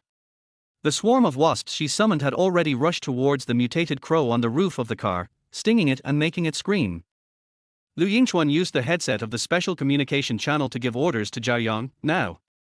Catch the child first, then." Following the order, Zhao Yong crawled out of the ground to pick up the baby that was vomited out by the crow. But at this moment, a flock of crows flew over, led by a few large mutated crows in the front, followed by a group of normal little crows behind. There was a huge black group of them, and wherever they passed, their big wings caused a whistling wind. Zhao Yong was blown away. If Zhao Yong got up immediately and went to pick up the baby, he could still save the baby, but Zhao Yong didn't dare to.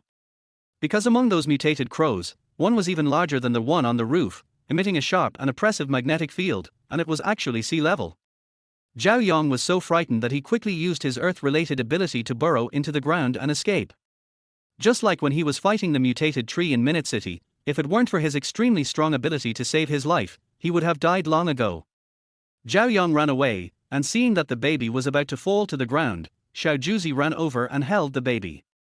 Fortunately, Xiao Juzi was fat, so she was able to walk while carrying a baby who was several months old.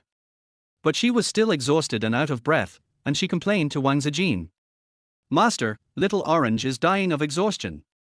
Little Orange is going to be crushed into an orange cake. Little Orange has become thin. Little Orange wants to eat the small yellow croaker fried by the master." Wang Zijin felt sorry for arranging Xiao Juzi to do such an overload of work, so he quickly agreed. Lu Yingchuan, who was standing next to him, had no idea about Wang Zijin's arrangements. He was horrified and sweating as he watched this series of events. When he saw the baby being rescued by Wang Zijin's orange cat, he remembered something and looked at Wang Zijin, whose face was covered in blood in an instant. Wang Zijin's nosebleed became more severe, but this time she did not faint. She even forced herself to let Xiao Juzi carry the baby to their side. Although their side is not very safe and guns are completely ineffective against sea-level mutants, the defensive effect is still very strong. Those mutated crows easily pecked at the surrounding cars, but they could not damage their team's special vehicles. Lu Yingchuan dragged Wang Zijin to hide behind the special car with an extremely ugly look on his face. He used their special internal communication phone to contact for rescue while stuffing Wang Zijin into the car. Wang Zijin's whole body was limp, and he could only be stuffed in. Unfortunately, he couldn't get in. Because the mutated crows had targeted the two of them who were outside the car, a large flock of them flew over and pecked at the back of Lu Yingchuan, who was standing farthest outside. "Captain!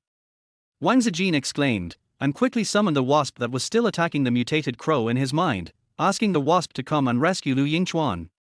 There is no way. After the radiation pollution, the number of animals and plants has decreased significantly. They were burned and killed indiscriminately by humans, and devoured by their own kind after mutation. Now there is only this large hornet's nest around the road. But the wasps couldn't catch up, they were also being chased by the crows and were too busy to take care of themselves. Wang Zijin had no choice but to give up on getting in the car and fell heavily to the ground, leaving Lu Yingchuan free to save himself. Compared to her own life, Lu Yingchuan's life is more important. Only he can protect the people here, including her father. Lu Yingchuan was prepared to be seriously injured, but his pupils shrank when he saw this, and he had to turn around and madly shoot at the mutant with 2 guns. His accuracy was very high, and he almost never missed a shot. However, the improved bullets in his gun, although able to shoot C-class mutants, could not kill them. It was okay to make them feel pain, so they all gave up pecking him and changed their targets. Wow! This smells so good. Such a nice smelling blood. Eat her. Eat her. Gar. The sea-level mutated crow stared at Wang Zijin with its red eyes. Wang Zijin could even hear the sound of it swallowing saliva. Wang Zijin struggled to move his soft and heavy body, trying to get under the car, and asked for help with a trembling voice, "Captain." Her voice was very weak and Lu Yingchuan didn't hear it at all because he was firing his gun and talking loudly to the person in the headset. 2 C-class. The situation is serious. We didn't make it in time last time, so we won't be able to make it this time either, right? If it weren't for Team 1, I would have been fucking dead long ago. Stop talking nonsense and hurry up. If I die, I die, and your precious translator will die soon too. Translator Wang Zijin. Yes, she was dying. The C-class mutated crow rushed straight towards her, with 2 D-class ones beside it, which were the cannon fodder to block Lu Yingchuan's bullets. Taking advantage of this gap, the sea-level crow rushed to Wang Zijin's head, and its pointed big mouth opened loudly, which was bigger than her entire body. Wang Zijin smelled its strong bloody breath, blood dripping, and the thorns on its tongue were still covered with human flesh and hair. Oh! Wang Zijin couldn't help but vomit. Even if she was about to be eaten, she would vomit. Her internal organs were filled with cold, sour water. She felt fear, nausea, and despair. She seemed to hear Lu Yingchuan's voice, roaring something, but her mind was dizzy and confused, she couldn't hear clearly, and her vision was even more blurred. She had been holding on for so long and finally reached her limit. But she didn't want to die. She had finally gotten over her love brain addiction and found herself again. Her life had just begun. And her father's illness has not been cured yet, and he is still cuckolded. She roared hoarsely, and used all her strength to punch the sea-level crow's mouth, as if she wanted to die together with it. Even so, she knew that her efforts were useless, just like an egg hitting a stone. Head exploded. There was blood and hot brains on her fist, and the crow's head, which had its mouth wide open as if to eat her, exploded the moment her fist made contact. Wang Zijin stared at his hand blankly. The palm of his hand was extremely hot, as if something was drilling into it, but he couldn't see anything. Did she beat him to death? She was confused, but not for long, because the next second, she heard the sound of Feng Xiaojia and others running out of the car frantically, and they were all shouting in pain. Captain! Captain, why did you use your life-shortening ability again? You reduce your lifespan by 10 years every time you use it. How many decades do you have? Shorten life? Wang Zijin turned his limp head dully and looked at Lu Yingchuan, who was supported by the teammates nearby. He found that Lu Yingchuan's messy, slightly long black hair had turned completely white. Lu Yingchuan's face was also extremely pale, but his dark brown eyes were bright. He waved his hands and said with a smile, "I'm fine. Doctor, please see Aunt Wang first. She has a lot of nosebleeds. She is already old. If she continues to bleed like this, I'm afraid she will die before me.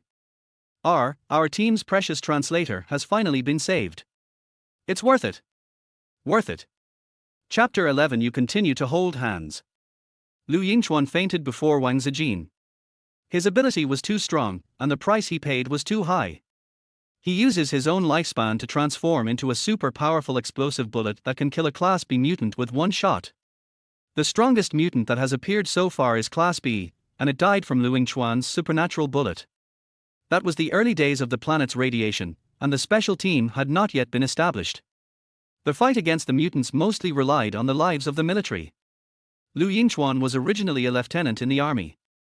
In order to protect his subordinates, he actually activated his special ability in a desperate situation. At that time, Liu Yingchuan became a god with one shot. He killed Class B, saved his subordinates, saved the country, and saved the entire planet. He is the savior. The savior's reputation spread far and wide, and he attracted a lot of attention. Liu Yingchuan gathered people with special abilities from all over the place and personally created a special team to fight against mutants, and became the captain of Team 1. The current captain of Team 1, Chen Jin, was recruited by him. But because of his special ability, he was strictly prohibited by the country from using it privately. But now, he used it to save Wang Zijin. After treatment, Wang Zijin's dizziness improved a lot. Listening to Feng Xiaojie talking about this with a sigh, I felt shocked and ashamed. They said that she was a valuable translator and it was worth protecting her, but in fact, the most useful person was Liu Yingchuan. If Liu Yingchuan died because of her, she would never be able to atone for her sin even if she died 800 times. Feng Xiaojie was wiping her hands with warm water, and asked in confusion, "Auntie Wang, why can't you wipe your palms clean? Is this black a birthmark?" The palm of Wang Zijin's hand was still hot, but the temperature was not as strong as before, and the feeling of a foreign object drilling into it was gone. She didn't know what it was, but it wasn't a birthmark, it was something in Raven's brain that she had shattered. She clearly felt that she had broken something fragile, and then her palms became hot and the crow's head exploded. That's why she had the illusion before, thinking that she was the one who smashed the crow's head. The accompanying doctor examined her and didn't find anything wrong. She didn't have any other discomfort, so he didn't pay any more attention to it. She is very worried about Liu Yingchuan now, even though Feng Xiaojie said that the captain will be fine after a good sleep, and nothing will change except the loss of 10 years of life. Finally, Feng Xiaojie said, "Team 1 Captain Chen is here, but is still in the captain's car. If you want to visit the captain, you have to wait." Wang Zijin was stunned for a moment, then suddenly remembered something and touched his empty pockets. Feng Xiaojie continued, "Captain Chen is so nice. He's a really good man. He's not as cold and heartless as they say. He's really nice. He's handsome. He came to rescue us twice in a row." Aunt Wang. She suddenly became shy and asked in a low voice, "Auntie Wang, do you think Captain Chen likes me? I am the only girl in our team." "No, I am the only young girl." "Auntie Wang, do you think so?" Wang Zijin had already gotten up and was putting on her shoes. After hearing this, she thought about it carefully and said, "Maybe. Sorry, I don't know." She herself had suffered a huge setback in love and married a husband who made her regret her decision. Now, how could she be qualified to give love advice to others? Although she thinks Feng Xiaojie is simple, cute and worthy of love. And Chen Jin is not Xiao Zhenxiong. She was not an expert in love, so she got out of the car alone to look for the lost ring, but the car had already driven a long distance away. She tried to contact the surrounding animals and plants, asking them if they could help look for the ring. But after asking for a long time, no useful information was obtained. However, Chen Jin heard the voice and walked over. "You're looking for it." Chen Jin tossed an ancient dark silver ring with his slender fingers, and looked at Wang Zijin with cold eyes. "Is it too late to remember it now?" When Wang Zijin saw the ring, he was surprised and ashamed. She indeed forgot to pick it up at that time. Who would remember to pick up things on the ground at a life and death situation? Moreover, her head was dizzy and she could not hear things clearly. She was still in a daze when Feng Xiaojie and her teammates carried her into the car. She wanted to explain, but Chen Jin didn't need her explanation and threw the ring to her again. "Keep it well. If you lose it again, I will kill you," he said coldly. Wang Zijin had a lot of question marks in his head, thinking that this might just be a joke, but Chen Jin didn't seem like the kind of person who would joke, and he didn't laugh at all. On the contrary, his pair of black eyes were sharp and cold. When he looked at her, it was like a sword hanging over her head, ready to kill her at any time. She shuddered and took a step back in fear, handing the ring back with both hands. "I really don't need this. I've already joined Team 33. Chen Jin narrowed his narrow eyes behind the mask. "Are you sure?" Wang Zijin was of course sure. She nodded rapidly and handed the ring forward again. "Captain Chen, I'll give it back to you." "Captain Chen?" Chen Jin's eyes became narrower, but the sharp and cold murderous aura seemed to fade a little in the shadows covered by his long eyelashes. He didn't take it. He still held his sword in both hands and said, "I told you to keep it. Also, stretch out your right hand."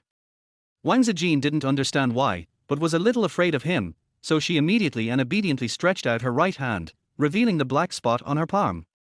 Chen Jin stared at that place and asked, "What is this?" Wang Zijin had no idea what it was, nor did she know why Chen Jin asked her this question, but she still told her the general situation frankly. Chen Jin didn't say anything. He lowered his eyes, stretched out a finger and touched the black mass. The cool touch, like goose feathers tickling her, made Wang Zijin shudder uncomfortably. Chen Jin's fingers stiffened for a moment, he frowned and withdrew his hand. The murderous intent in his eyes seemed to condense again in an instant, and he stared at Wang Zijin coldly and sharply. Wang Zijin looked puzzled, and suddenly saw Feng Xiaojia, who was about to come out of the car, looking at them with her mouth wide open in surprise. Feng Xiaojia covered her eyes with her hands and shook her head like a rattle. "I didn't see anything." "Keep holding hands." "I didn't see anything." She turned around and ran away, leaving Wang Zijin even more confused. "What hand are you holding?" Did Feng Xiaojia misunderstand something? She is an old lady, what could she misunderstand? Chen Jin had no expression, and didn't even glance at Feng Xiaojia. He said to Wang Zijin, "I'll go tell Lu Yingchuan, you come with me to Team 1. Wang Zijin had a headache. Why was Chen Jin still thinking about this? She knew that Team 1 was better and stronger, and it would be an honor for her to be able to join Team 1, but her abilities were really not up to par, and she had already agreed to join Team 33. What's more, Captain Lu just saved her life, which is 10 years of her life. How could she just walk away? "Captain Chen, I really don't want to go to Team 1. You have to go." Chen Jin interrupted her coldly, his dark eyes locked on her. "You must stay with me, otherwise in the future, you will." "Chen Jin, this is too immoral." Lu Yingchuan got out of his RV. His once completely white hair had turned black again, with only a few strands of white in it. He stroked his messy hair, leaned against the car door and yawned. "I told you to let Aunt Wang know what she wants. She said she doesn't want to go to your team anymore, but you still forced her to go. Isn't that immoral? Are you bullying an elderly person?" The elderly Wang Zijin. Chapter 12. Say you're willing to follow me. Chen Jin said expressionlessly, "Wang Zijin, tell me you are willing to go with me." Wang Zijin, "I? Auntie Wang, say you don't want to go with him." Lu Yingchuan answered for Wang Zijin before he could, looking at Chen Jin provocatively. "Auntie Wang, you just like our Team 33. Team 1 can be as strong as they want, but it has nothing to do with Auntie Wang from the retirement team." Wang Zijin. She really wasn't here to live in her old age. It was true that she had her own purpose, but it was also true that she wanted to do her part to protect her homeland. The best that can be done. But the two men didn't give her a chance to confess. After a killing look, Lu Yingchuan laughed. "A Jin, don't you have the ability to communicate with animals and plants?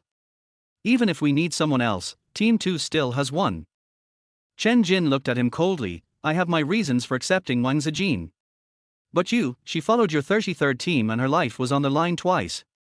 How many times can you use your special ability to save her?" Lu Yingchuan said, "This is an accident. Accidents don't happen all the time.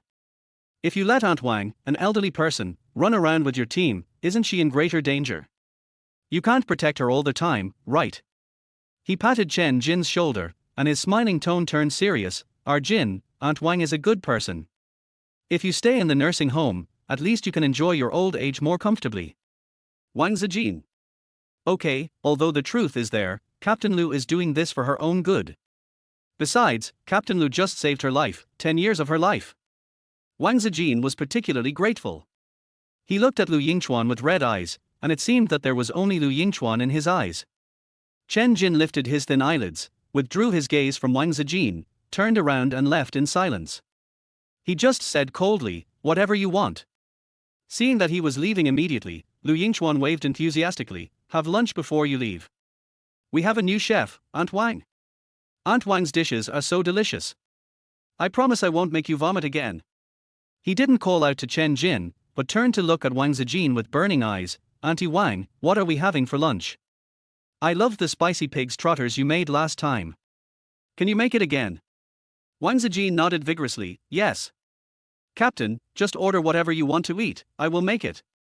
Now, she was actually grateful for her 20 years of life as a housewife. Xiao Zhenxiong didn't let her go out to do anything, so she stayed at home idle and learned cooking to perfection. Finally, she had a compensation plan to repay the captain. On the rest of the journey, they encountered no more mutants and reached the central city smoothly, just in time for the next morning. Wang Zijin had to send Wang Jianfeng to the central hospital of the nature reserve first. After getting off the car, she went to support Wang Jianfeng. This was the first time she had seen them in the past few days. Stepmother Zhu Moli was sharp-eyed and noticed the change on Wang Zijin's face at once. She asked in shock, Zijin, you put on makeup too? Didn't you say that Zhenxiong didn't like you wearing makeup, so you never wore makeup? As expected of mother and daughter, their lines were almost the same, and Wang Zijin didn't want to pay any attention to them at all. Wang Qingqing also came over and said, she just wanted to hook up with that captain. Wang Zijin has already fallen in love with someone else. Mommy, you don't know, she often treats her wild man with special care, even more attentively than she treats Xiao Zhenxiong. What a shameless ugly bastard. Wang Zijin thought to herself, how could she be as attentive as she was when she served Xiao Zhenxiong? She wanted to serve Xiao Zhenxiong, but was driven away by Xiao Zhenxiong holding his lover. But she didn't want to explain, nor did she explain that the changes on her face were actually due to changes inside her body. Her sticky and turbid veins were actually becoming clearer little by little, and the change was particularly drastic after she killed the mutated crow. Starting from her burning palm, it expanded little by little, and became clear little by little. Her palms are no longer hot or black, and most of the pain from her physical illnesses is gone. Her skin is also becoming tenderer and whiter, little by little, as if she had turned on a beauty filter. In other words, it's like the effect of Zhu Moli wearing exquisite nude makeup, or even more delicate than Zhu Moli with makeup. She saw these changes when Feng Xiaojie showed her in the mirror. She was shocked at the time, and she explained it to Feng Xiaojie and also saw a doctor. The doctor said this was probably the effect of her superpowers, and her new powers would make her younger and healthier. Feng Xiaojie was so envious of this special ability. Now, Feng Xiaojie took Wang Zijin's arm and stuck out her tongue at the weird mother and daughter who looked sour. I don't know who is the ugliest one. Go look in the mirror, auntie and sister. You can't even compare to Antoine by a finger. Just wait and see. Who are you calling big sister? How dare you call me big sister? Wang Qingqing was furious and was about to tear Feng Xiaojie apart. But Feng Xiaojie was a user with fire abilities, and a ball of fire scared Wang Qingqing so much that she screamed and hid behind Zhao Yang, whimpering and begging for protection. Zhu Moli also hid in Wang Jianfeng's arms, crying, Jianfeng, quickly ask Zijin to stop, ask Zijin not to let her teammates hurt Qingqing, Qingqing is her sister, she can't be so cruel. Wang Jianfeng scolded Wang Zijin again. Wang Zijin took the lead and helped him walk inside. Go in first. I have to go to work in the team later to earn medical qualifications for you, Dad. Wang Jianfeng. Zijin, you have to be careful and stay safe. Daddy is old now, and you don't need to risk your life for him. You are also my precious daughter. You were so smart and well behaved when you were a child. Hey. Wang Zijin was also very sad. No matter how much her father favored her stepmother and sister, he was still the best to her. After seeing Wang Jianfeng off, Wang Zijin went to the office of Team 33, and Wang Qingqing also went there. Wang Qingqing was brought by Zhao Yang, and in the end she had to start from logistics. Wang Qingqing's face looked extremely ugly. Wang Zijin was accompanied by Feng Xiaojie. They went from the 5th floor below the garage to the 1st floor by elevator. The 1st floor was the office area of Team 33. The arrangement of the special teams is in reverse. The higher the team number, the lower the floor. Team 1 is on the 34th floor.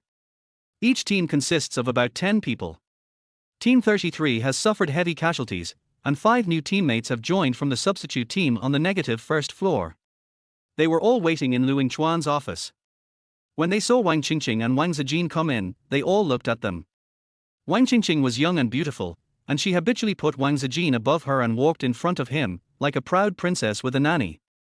Among the new team members, a yellow-haired guy immediately ran over attentively, and under Wang Qingqing's contentious and proud gaze, he ran behind her. Auntie Wang, hello, you are the Auntie Wang that Xiaojie mentioned, right? A rare person with the ability to communicate with animals and plants. Please take good care of us in the future, Auntie Wang, our safety depends on Auntie Wang. The yellow-haired man flattered her smoothly, and the other new teammates followed suit. There was also a man in a white shirt who looked very gentle and handsome with glasses, who said, Auntie Wang is younger than I thought, and she is very beautiful. Yes, yes, yes. The team members immediately echoed, flattering her, Auntie Wang has an extraordinary temperament. She must have been a top beauty when she was young. Auntie Wang's husband must be very outstanding too, right? Chapter 13 The handsome guy who struck her heart. Wang Zijin was completely shocked. She was flattered, at a loss, and incoherent. I'm not, thank you everyone, my husband, I'm divorced, Wang Zijin. Are you afraid that others don't know that you are divorced? Are you afraid that these men won't pursue you? Wang Qingqing glared at Wang Zijin angrily. Her beautiful face, which was carefully made up, was distorted with anger. She angrily said, You blind people. How can Wang Zijin be considered beautiful? She is obviously ugly. She has given birth to 3 children. I am the beauty. Can't you see it? The new teammates burst into laughter. Huang Mao said directly, So what if you are beauty? Can beauty be eaten? What kind of society is this? This is the end of the world. The end of the world requires superpowers. What superpowers do you have, beautiful girl? Wang Qingqing, who has no special abilities. Why doesn't she have any superpowers? The man in the white shirt adjusted his glasses and laughed softly. Didn't Xiaojie say that? She has Zhao Yong completely bewitched. This can also be considered a superpower. Clearly, those were words of praise, and the man in the white shirt didn't sound sarcastic at all, he even sounded quite gentle. But when Wang Qingqing heard this, she felt it was a mockery of her. It was so ugly that she got so angry that her face turned black. She couldn't stand it anymore, so she covered her face and ran out of the office crying, bumping into Wang Zijin hard. Wang Zijin was very frail and his shoulder was hurt by the collision. He staggered and fell backwards. Suddenly, a strong hand supported his back. Wang Zijin turned around in surprise and saw Chen Jin, who was wearing black clothes and a black mask, and seemed to have never changed. He was tall and looked at her with his eyes slightly lowered. When he saw her turning back, he quickly let go of her hand, walked straight past her and sat on the independent sofa at the top of the office.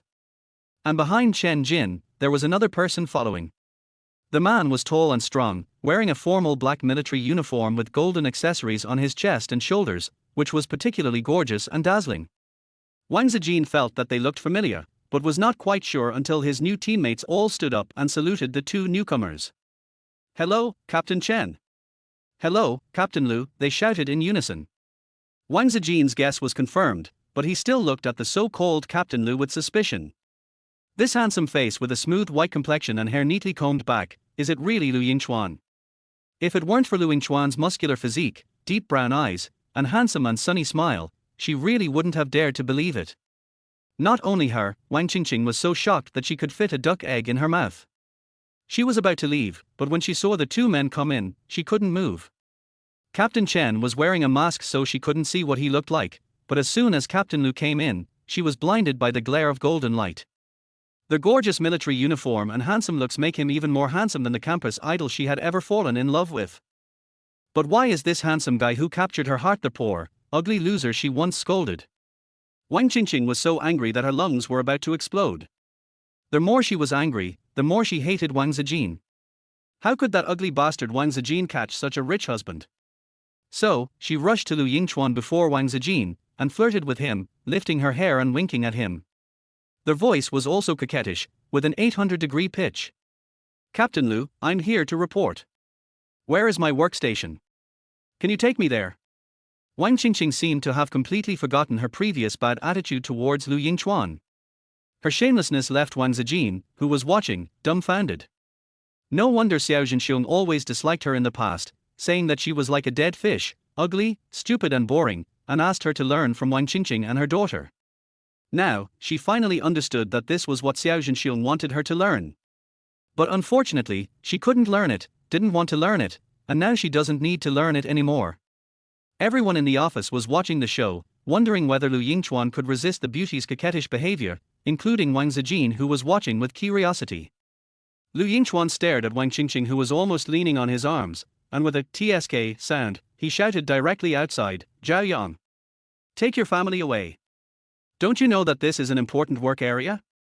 Who told you to bring your family in?" Zhao Yang rushed over and saw this scene.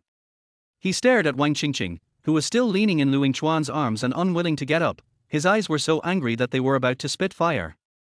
"Okay, Captain, I'll take Wang Qingqing away now," he said viciously, grabbing Wang Qingqing and trying to take her away. Wang Qingqing was treated roughly and cried out in pain.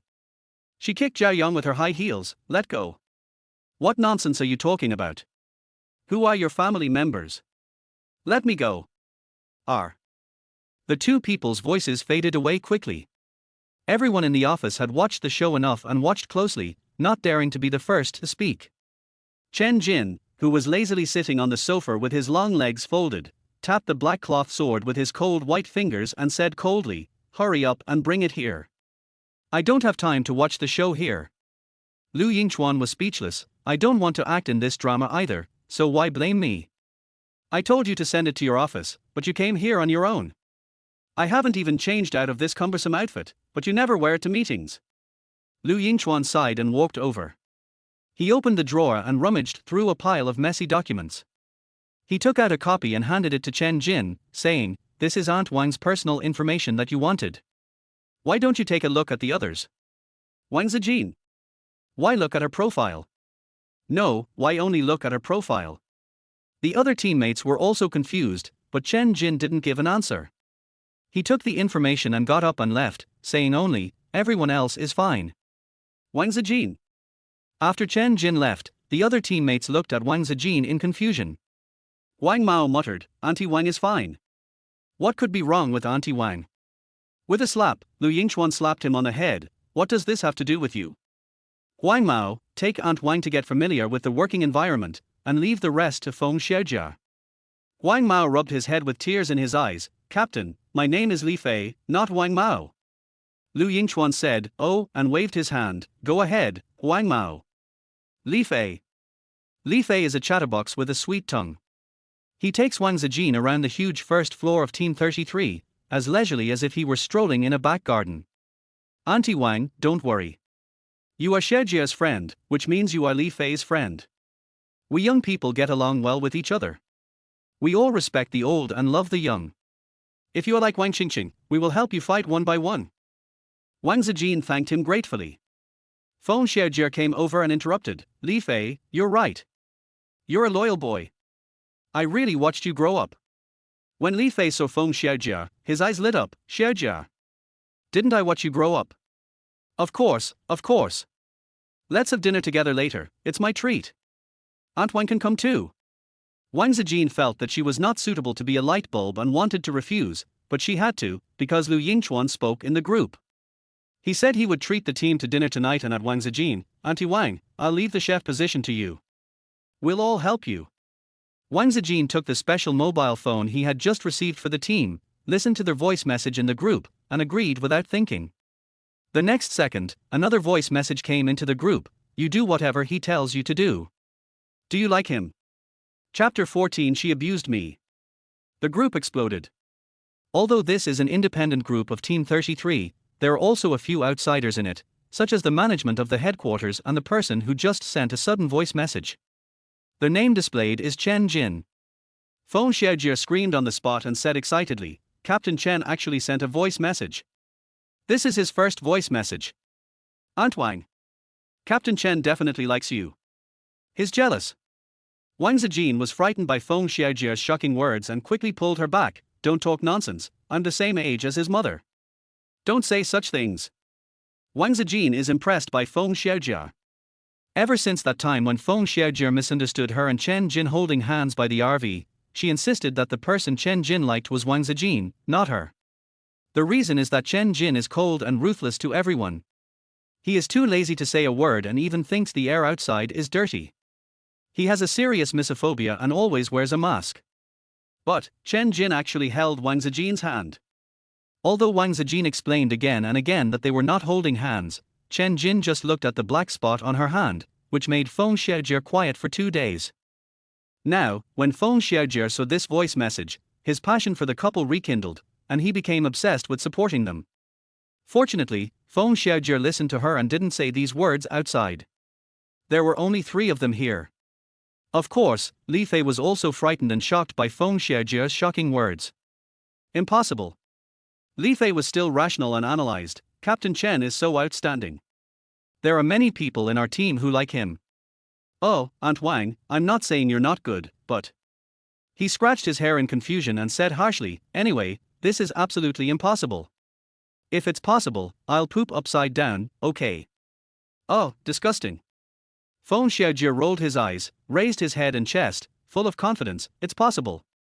The CPS I support have never been BE.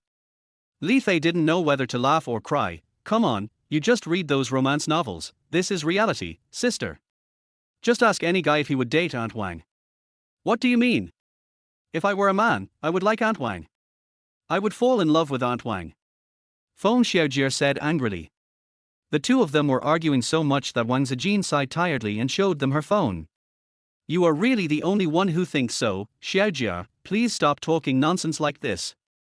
Captain Chen is still young, and this will damage his reputation. She is old and used to being scolded.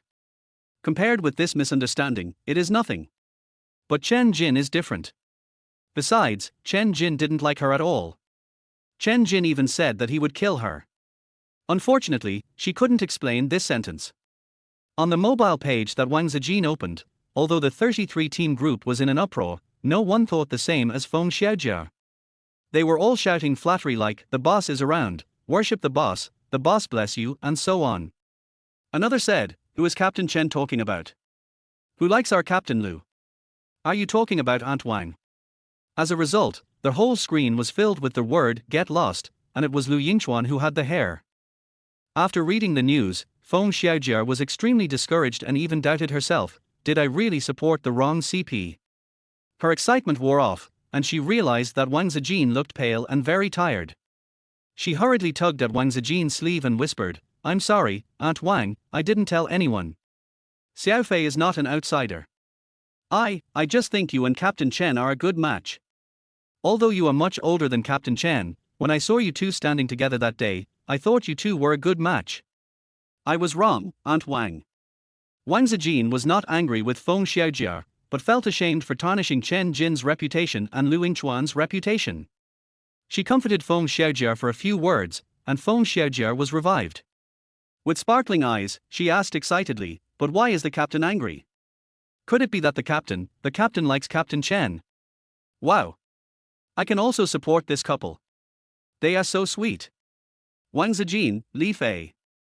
Although the work of Team 33 is not as busy as that of Team 1, it is also very tedious and the workload is heavy. In addition to the time spent on field missions, the day after the mission is completed, we will make a summary and hold a meeting in the office area. This is the only day they can sit in the office area, and this day is considered their holiday. But this time, Team 33 had a major reshuffle and the players were not too familiar with each other, so Lu Yingchuan organized such a dinner party. Wang Zijin planned to visit Wang Jianfeng first after get off work and then go to Lu Yingchuan, but unexpectedly, he saw Xiao Zhenxiong as soon as he arrived at the hospital. Xiao Zhenxiong was waiting outside Wang Jianfeng's ward, waiting for Wang Zijin.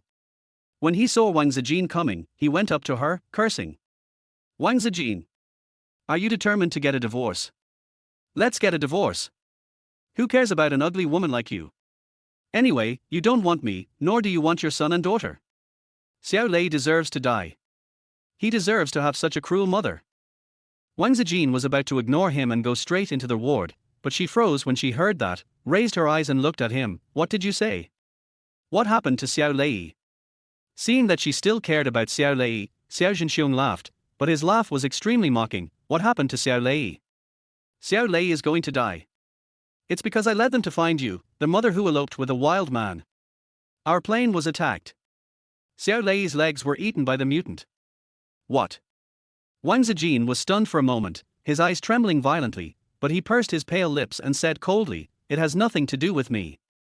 Since she no longer wanted the 2 children, whatever happened to them had nothing to do with her. They were the ones who didn't want her first, and even wished she would die. If this kind of accident had happened to her, her 2 children would have applauded. Like the time she almost died from gas poisoning, she thought it was just her carelessness. But after she awakened the ability to communicate with animals and plants, she heard from Xiao Juzi that it was a conspiracy of the two siblings and that they were the ones who did it. Wang Zijin trembled with fear when she thought of her two devil children, but Xiao Zhenxiong thought she was just being stubborn. After all, Wang Zijin is a very soft-hearted woman who loves him and their children very much. Xiao Zhenxiong pinched her chin, smugly and maliciously mocking her. Wang Zijin, if you still recognize Lei Lei as your child, and still recognize me as your husband, then you should remarry me immediately. Return my company to me, return my money to me, and I will take you to see your half-dead son. What Xiao Zhenxiong wanted was nothing more than wealth and glory, which were all taken away by Wang Zijin after the divorce. Wang Zijin stared at him coldly and said word by word, I said, it has nothing to do with me. Xiao Zhenxiong immediately became furious and raised his hand to beat Wang Zijin as usual, but Wang Zijin had already pushed him away. Wang Zijin's physical condition has improved in the past few days, and he has become a little stronger. On the contrary, Xiao Zhenxiong was fat, the kind that was bloated and weak, and was pushed directly to the ground with his buttocks. Xiao Zhenxiong screamed in pain, but when he tried to get up he couldn't get up for a while, and he roared in anger. Wang Zijin!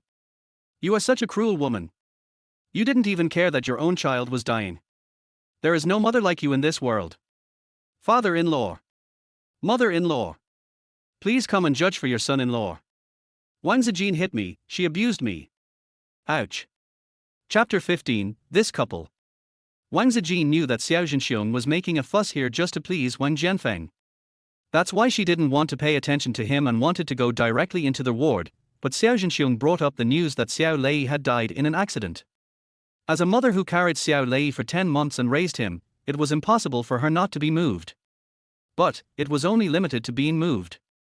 The affection she had for her son and daughter had long since died out when they realized that they wanted to kill her with their own hands. If she hadn't been lucky that time, she would have been killed by her own children. Come to think of it, it's really sad and ridiculous. How much of a failure is a mother if even her own child wants to kill her? Wang Zijin walked past him indifferently, went to the door of the ward, and calmly looked at Wang Jianfeng, who was lying on the bed with a sullen face, coughing and scolding her. Zhu Moli had already fallen to the door, kneeling on the ground miserably, grabbing Wang Zijin's loose cotton trousers, crying and begging her heartbrokenly. Zijin, you can't be so heartless. Lei Lei is your biological son. How can you even give up your child just because of a conflict with Zhenxiong? Mom is begging you, please. Save Lei Lei. Remarry Zhenxiong. Only if you remarry will he let us go to see Lei Lei. Mom is begging you, Zijin, sob. Zhu Moli's words more clearly push Wang Zijin into the role of a vicious mother who abandons her husband and children. Those who heard the noise and came to watch the fun in the hospital started to blame Wang Zijin, and some even threw garbage at her. Zhu Moli took the opportunity to say, Zijin, apologize quickly and admit your mistake, otherwise not only will we not be able to see Lei Lei, but your father will also be kicked out of the hospital. Don't hurt Jianfeng, Zijin, he is your father. You can't be so cruel. Wang Jianfeng was so angry that his face turned pale, and he gasped for breath. Wang Zijin. You are so unfilial. Dad. Wang Zijin interrupted him lightly. Although the egg liquid on her head was still flowing, she still stared at him seriously without blinking. Dad, I know I have done a lot of wrong things, which has caused you to be disappointed in me. I am no longer your most beloved daughter. But Dad, don't you believe in your daughter's conscience at all? You don't want to believe that it was Xiao Zhenxiong who was forcing me, and it was Zhu Moli who was slandering me. She said these words very calmly, and waited calmly for her father to give her an answer. She wanted to see whether she had been suppressed by Zhu Moli to the point where there was no room for improvement in her father's heart, or whether she had become love-brained to the point where she could not be saved. This is very important for what she is going to say next. Wang Jianfeng had been scolding her so much that he was almost out of breath. After hearing what she said, he was stunned for a moment and couldn't utter a word for a while. Zhu Moli thought to herself that something was wrong and she gripped Wang Zijin's pants with more force. She looked up at Wang Zijin angrily, only to see that he was also looking at her coldly. Zhu Moli shuddered all over. She felt that Wang Zijin seemed to have changed, not only in appearance but also in heart, and the change was quite big. She felt like she was being seen through, so she gritted her teeth, turned around and rushed towards Wang Jianfeng again, crying even more miserably. Jianfeng, are you okay? Don't be angry, don't be angry, I'm here, Xiaomoli is here, Xiaomoli will always be with you, Xiaomoli will take good care of you for Zijin who doesn't listen to you. Zijin, please, please don't make your father angry, okay? Please. Your father is almost dead because of you, and you still want to blackmail him morally, this is too much. Zhu Moli's acting talent is really good and her eloquence is really invincible. This method of confusing right and wrong and disguising oneself as a weak little white rabbit is not something that ordinary people can do. Wang Zijin admits that she is no match for him. But Wang Zijin was not angry, and said calmly, I have evidence that you and my ex-husband Xiao Zhenxiong had an affair during marriage, and you coveted my family's wealth when you were in school, deliberately approached me, became my best friend, and let your boyfriend Xiao Zhenxiong seduce me. You conspired to rob my Wang family of everything. Wang Zijin did not reveal the truth to Wang Jianfeng after knowing all this that day. Firstly, he was worried that Wang Jianfeng's condition would worsen, and secondly, he had no substantial evidence. She said at the time that Wang Jianfeng might not believe her, and might even be bewitched by Zhu Moli's gossip and become so angry that he would not come here with her for treatment. It's different now, this is the best hospital in the country, and his father is being treated. Moreover, she had evidence, so she took out a document from her bag and handed it directly to Wang Jianfeng. In that document, there was a recording of a phone call between Zhu Moli and Xiao Zhenxiong. Zhu Moli told Xiao Zhenxiong about the plan they had when they were young and asked him to continue implementing it at any cost. There are also 2 paternity tests, one for Wang Qingqing and Wang Jianfeng, and the other for Wang Qingqing and Xiao Zhenxiong. She asked the accompanying doctor of Team 33 to test the infection while they were on the road.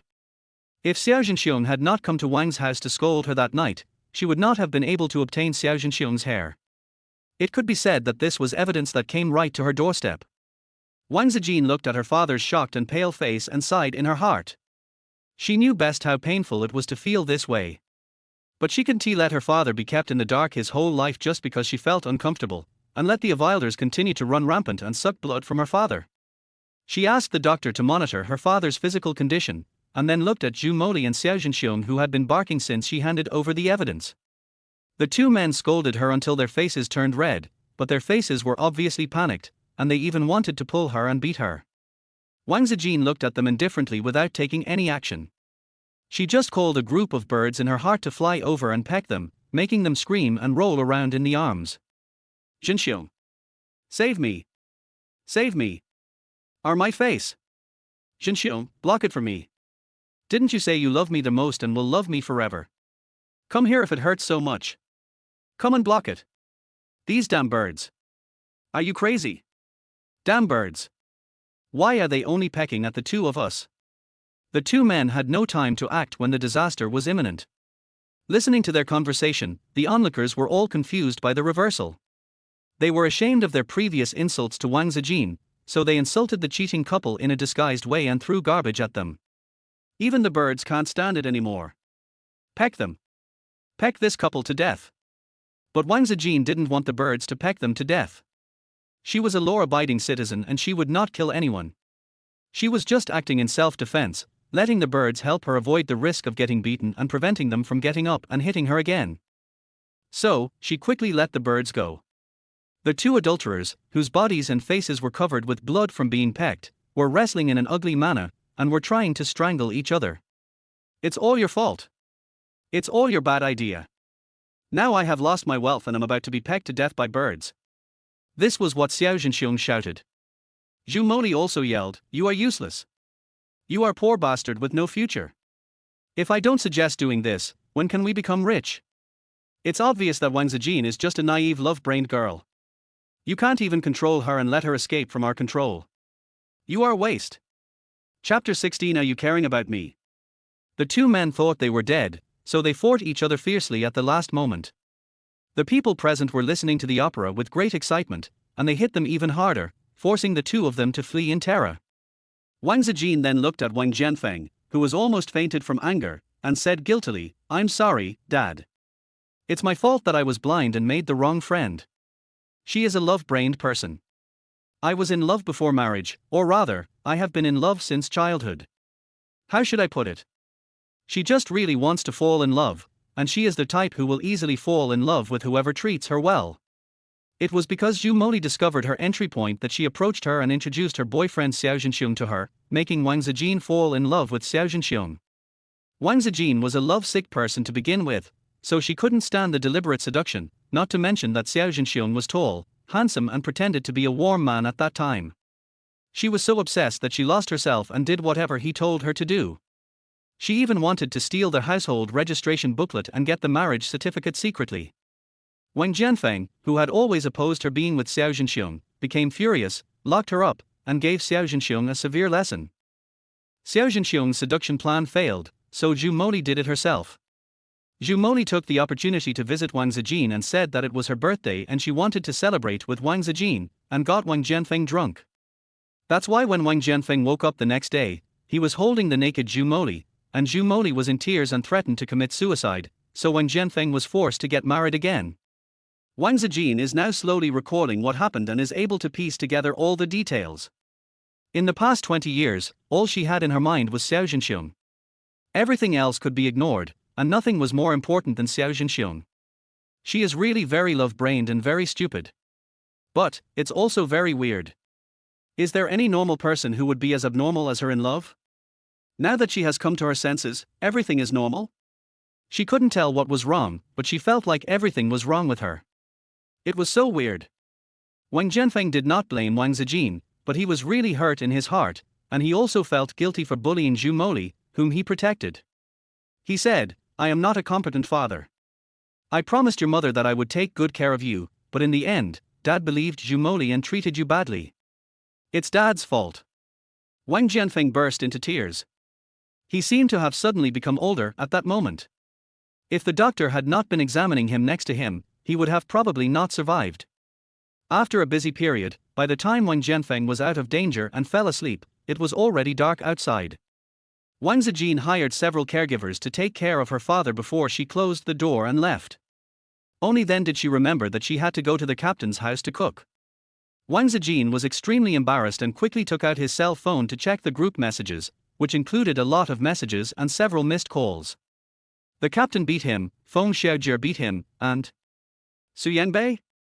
Su Yangbei, she had some impression of this name, it seemed like. "Auntie Wang, why didn't you answer my call?" Someone called her from behind and patted her shoulder gently.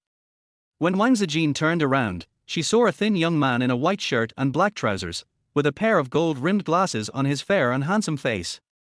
He appears to be very gentle and bookish, and his gentle appearance easily makes people feel close to him. But when Wang Zijin saw him, she inexplicably thought of Xiao Zhenxiong when he was pursuing her. He was also gentle as a warm breeze, which made her fall in love with him quickly. So, she was bitten by a snake once and became afraid of ropes for 10 years, and subconsciously took 2 steps back. But it doesn't feel inappropriate, because she is not a young girl anymore, she is an old aunt. So, she smiled awkwardly and asked, "Su Yangbei, is that you?" "Hello, I wasn't paying attention to my phone just now, sorry, are you here to visit the patient as well?" Su Yangbei raised his eyebrows, and the corners of his lips curled up slightly. "I'm not visiting a sick person. I'm an orphan. I was sick myself. I happened to see the lively scene over there at Aunt Wang's place, so I came over to say hello." His smile deepened, and he said meaningfully, "I originally called you, Aunt Wang, to help you, but Aunt Wang doesn't need it. Aunt Wang's supernatural power is really amazing." Wang Zijin.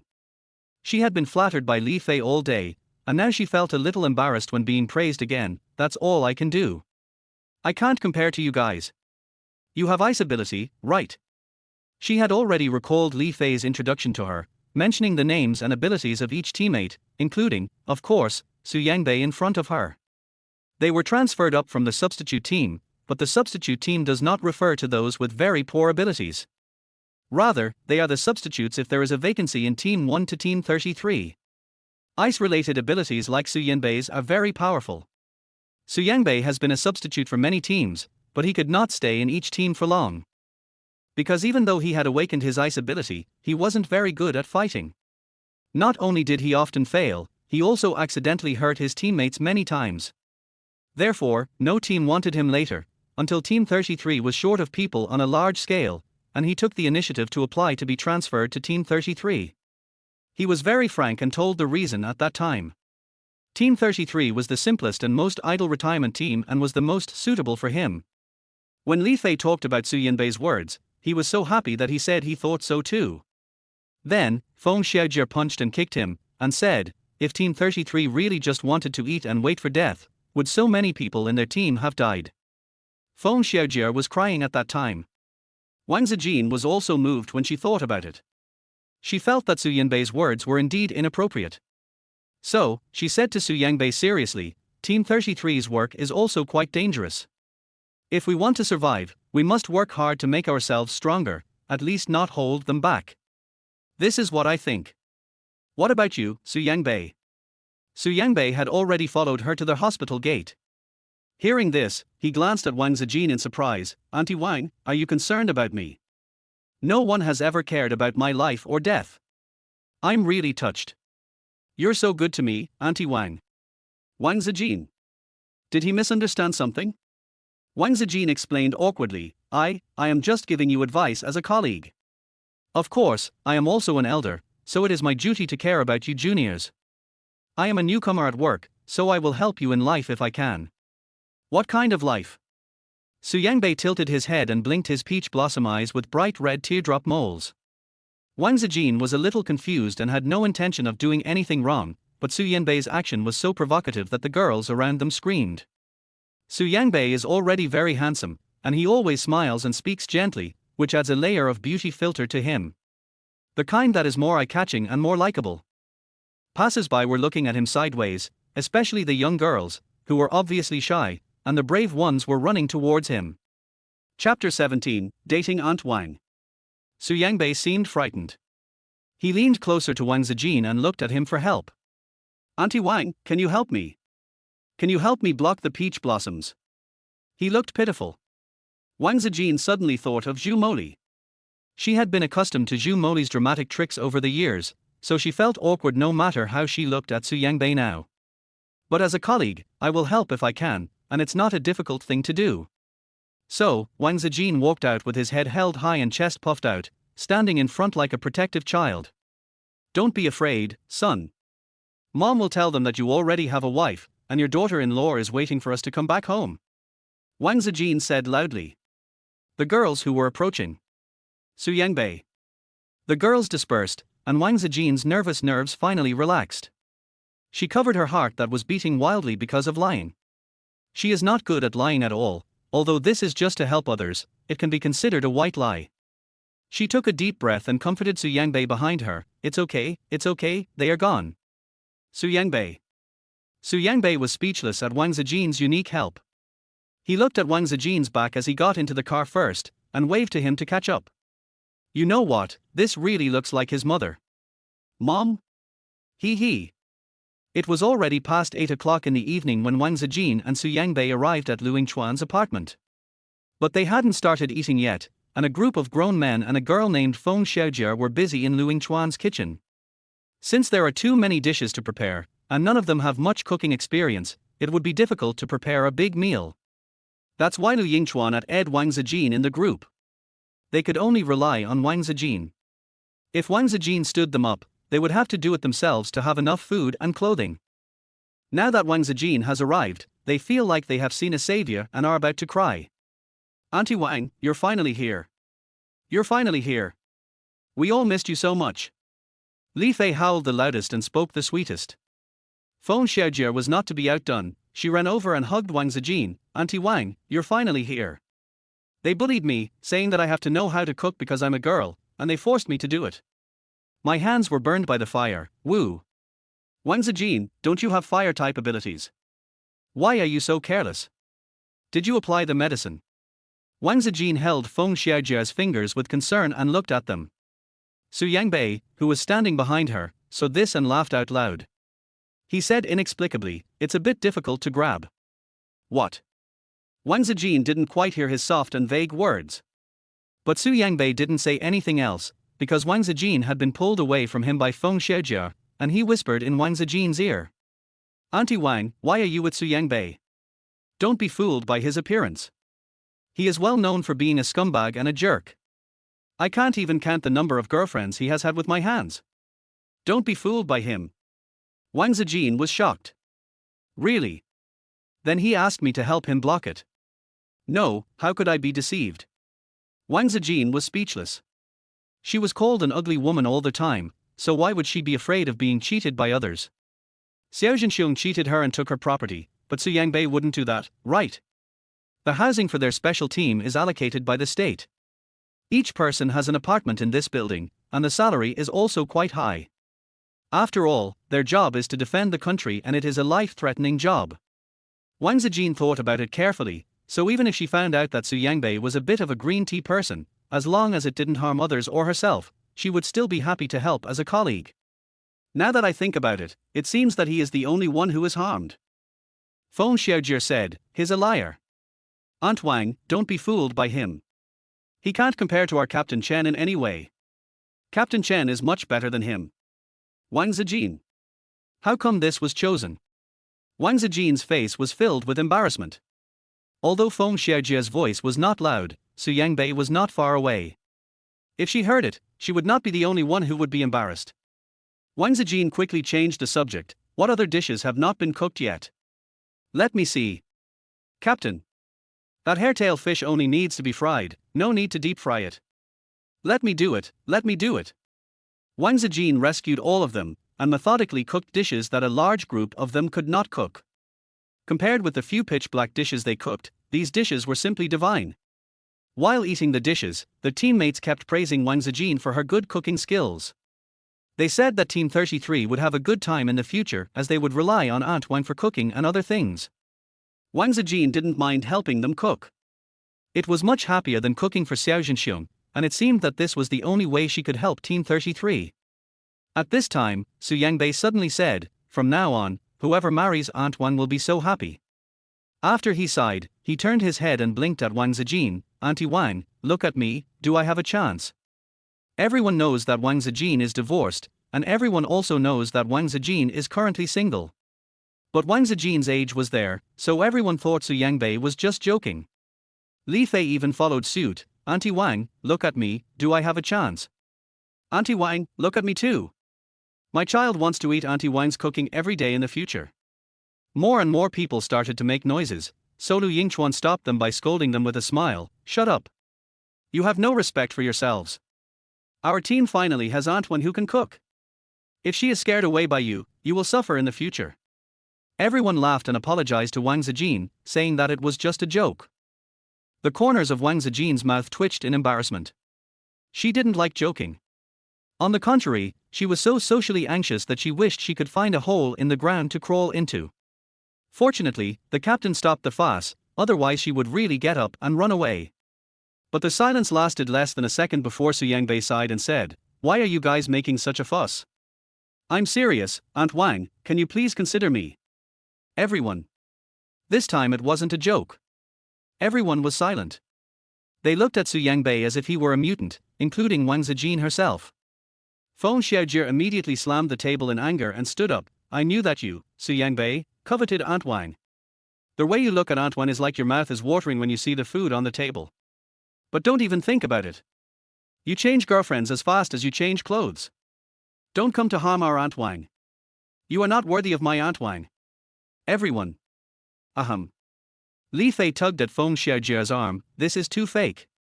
Whoever looks at Aunt Wang and Su Yangbei, it's Aunt Wang who is marrying up to Su Yangbei. But, there are really young people who are dating Aunt Wang. Li Fei thought of the poisonous oath he made about shitting upside down, and his face suddenly turned pale. He murmured, it's fake, it must be fake. Su Yangbei just likes to play. This time he even played with Aunt Wang. What a heavy taste. Chapter 18 I'll protect you with my life. Su Yangbei, who has a strong taste for food, looked at Wang Zijin with deep affection, as if he had seen true love. He said seriously, I fell in love with Aunt Wang at first sight. Perhaps, Aunt Wang was the goddess I always wanted in my previous life? I am trying to get close to Aunt Wang. Li Fei, who was slapped in the face in 1 second. Wang Zijin was still stiff, his face was red, but his heart was cold. He even felt so nauseous that he wanted to vomit. Su Yangbei's looks and pursuit style are indeed very tempting, especially to young girls who have little experience in love. Wang Zijin thought that if she had met Su Yangbei before meeting Xiao Zhenxiong, she would undoubtedly fall for him faster than she did with Xiao Zhenxiong. This is something that most girls have no way of resisting. But she is not an ordinary girl. She is an old aunt who will no longer fall in love, and she knows very well that it is impossible for Su Yangbei to fall in love with her at first sight. Exactly, just like the way Xiao Zhenxiong said he fell in love with her at first sight when he was pursuing her. But what does Su Yangbei want from her? Wang Zijin was just confused when a sharp and resentful sneer came from outside the door. Wang Zijin is amazing. You hooked up with the second and third wild men so quickly. Wang Zijin, do these wild men know that you abandoned your husband and children, and you didn't care about your dying son? The person who came in from the wide open door was Wang Qingqing, and the one who brought her in was Zhao Yang. Zhao Yang was originally invited, but Lu Yingchuan also made it clear that he could not bring family members, which meant that he could not bring Wang Qingqing. But after Wang Qingqing received a call from her mother, she became very upset and extremely angry. She insisted on following him to settle the score with Wang Zijin. She also said that she would marry him as long as he brought her here. This sweet treat was what Zhao Yang had always dreamed of, so he immediately agreed. Zhao Yang knew that everyone in the team was on Wang Zijin's side, and that he would be scolded this time, but he didn't expect that there were suitors of Wang Zijin in the team. It was so shocking that Zhao Yang, who was eavesdropping outside the door, was stunned. He seriously suspected that Su Yangbei had some strange special hobby. But Su Yangbei had openly pursued Wang Zijin, and if he brought Wang Qingqing into quarrel with Wang Zijin, it would undoubtedly cause him to fall out with Su Yangbei as well. Although Su Yangbei's supernatural powers are sometimes good and sometimes bad and don't seem to be very good, he has a very good relationship with people, especially women. Zhao Yang wanted to take Wang Qingqing away, but Wang Qingqing was eavesdropping from the corner and rushed in directly. Wang Qingqing's face, which was delicately made up, looked extremely ugly, and she stared at Wang Zijin with hatred. Wang Zijin, your son is almost dead. You are still here looking for a wild man. Do you still have a heart? You are just a cruel old witch. Daddy is already so ill. And you still want to frame mommy and me. While daddy is lying in bed and can't get up, drive mommy away. And don't let me see daddy. Why don't you allow me to do that? Why do you use your fake DNA report to frame me and my mom? I am daddy's daughter. My biological daughter. I am not the daughter of your fat, ugly pig-like husband. You are just jealous of me. Jealous that daddy dotes on me. You just want to drive mommy away, drive me away. You are just an ugly old witch. You asked me to see daddy. Why don't you let me see daddy? Wang Qingqing was like crazy. After cursing, she rushed over and grabbed Wang Zijin's hair, holding a fruit knife in her hand with premeditation. Wang Zijin was secretly shocked and was about to avoid it, but she saw a thin figure quickly blocking her way. With a sizzling sound, Wang Qingqing's fruit knife directly cut the face of the person in front of her, leaving a long blood stain, and the blood instantly blurred half of the face. Wang Zijin's heart trembled with fear. She never expected that Su Yangbei would come to block this for her. In fact, she had already completely dodged it, and was already using the same trick again in her mind, trying to summon something else to deal with Wang Qingqing. But Su Yangbei stood in front of him and suffered considerable injuries. A similar scene reappeared in Wang Zijin's mind. Xiao Zhenxiong once blocked a robber's knife for her in order to capture her faster. Wang Zijin has not yet found out whether the robber is a real robber or not, because she feels it is unnecessary. But Wang Qingqing was obviously not arranged by Su Yangbei. Wang Zijin felt even more confused. She really couldn't guess what Su Yangbei was trying to do. He was willing to sacrifice to this extent, as if he really fell in love with her at first sight. She stopped having wild thoughts and reached out to pull Su Yangbei, who was still blocking the front, behind her, so that he wouldn't stand there stupidly and get beaten. Obviously, he could resist, or he could avoid the knife. Auntie Wang, Su Yangbei said softly but firmly, with blood all over her face, don't be afraid. I will protect you. I will protect you with my life. Wang Zijin pursed his lips and said calmly, that's not necessary. If you don't deliberately go up to catch the knife, you're helping me. Auntie Wang, why do you miss me so much? Su Yangbei looked sad and pitiful. I am worried about you. Am I wrong? I just want to protect the woman I love. Am I wrong? Wang Zijin. Wang Zijin was speechless. She could no longer communicate normally with Su Yangbei. Su Yangbei's sweet words were even more intense than when Xiao Zhenxiong pursued her, and his acting skills were even more superb. Not to mention her, even Feng Xiaojia, who had always opposed Su Yangbei, couldn't help but hold her red little round face and screamed, "Wow, wow, wow, wow. Oh my god. I can't bear it anymore." "Who can bear it? Aunt Wang, are you okay? Can you still bear it?" Feng Xiaojie said spinelessly. Wang Zijin couldn't stand it anymore, not because she was bewitched by Su Yanbei's sweet words, but because she didn't like to owe anyone anything. No matter what the reason was, Su Yangbei blocked her like this, and she couldn't just ignore it. Seeing that Wang Qingqing had been controlled by her teammates, she took off her coat and pressed it on Su Yanbei's face, wanting to help him go to the hospital. Seeing this, Wang Qingqing cursed even more harshly, "Wang Zijin. You are a love-brained person who will die without a man. A wild man is more important to you than your son's life and death, right? Your son is going to die soon. He won't survive tonight. You old witch, Xiao Lei is so unlucky to have a mother like you." Wang Qingqing has been making a fuss about this for a long time. Although the teammates all know that Wang Zijin's family is weird, if what Wang Qingqing said is true, then Wang Zijin is indeed vicious. Even a tiger doesn't eat its own cubs. Wang Zijin never explained anything, but Feng Xiaojie still stood on her side, even though she was not very clear about the matter in Wang Zijin's family. But she believed Wang Zijin and said that Wang Qingqing was talking nonsense. Lu Yingchuan also expressed his opinion, "I have seen Aunt Wang's 2 children. They are morally corrupt and disrespectful to their elders. If I were them, I would not want such children. Moreover, Aunt Wang is a member of my 33rd team. Any mistakes she makes are my responsibility. It is not your turn to make trouble here. Yellow hair, get out." Li Fei rubbed his hands. "Understood. Wang Qingqing, you blind people are protecting the old witch Wang Zijin. You are also accomplices. Wang Zijin, I have brought you the person you wanted." Chapter 19. It's better to have a dog than him. Wang Zijin was particularly surprised. When she was in the hospital, she asked the group of birds that were helping her to find a 14-year-old boy whose both legs were eaten by mutants. The birds' information network is the most extensive. If what Xiao Zhenxiong said is true, then they will definitely be able to find Xiao Lei who is nearby. The bird she sent out had not given her any feedback on the information, but now Chen Jin had arrived first. Chen Jin brought Xiao Lei along as well, and packed the things and brought them directly to her. Wang Zijin was extremely surprised. She knew that Chen Jin had the ability to communicate with animals and plants, and he would find out about her from the bird's mouth. But Chen Jin actually helped her? And came in person? Wasn't he out on a mission? Before Wang Zijin could thank him, he looked at Xiao Lei who fell to the ground surrounded by a hurricane. His 2 legs were indeed gone, and his empty trouser legs were covered in blood. It was obvious that he had not received any care and they were swollen and festered. He had almost fainted, but the impact on the ground was quite heavy and he woke up in pain. He opened his mouth and cried out weakly. It hurts so much, sister, Daddy hasn't come back yet." He suddenly stopped because he saw clearly the group of people in front of him and Wang Zijin in front of him. "Ugly woman," he called out subconsciously, with a sickly look of pride and disgust on his face. "Who needs you to come and see me? I don't have a mother like you who is ugly, old, and stupid. Dad insisted on having you come back and remarrying. My sister and I don't agree. It would be better if you died. Why don't you just die?" Xiao Lei's vicious words shocked and ashamed those teammates who still had doubts about Wang Zijin.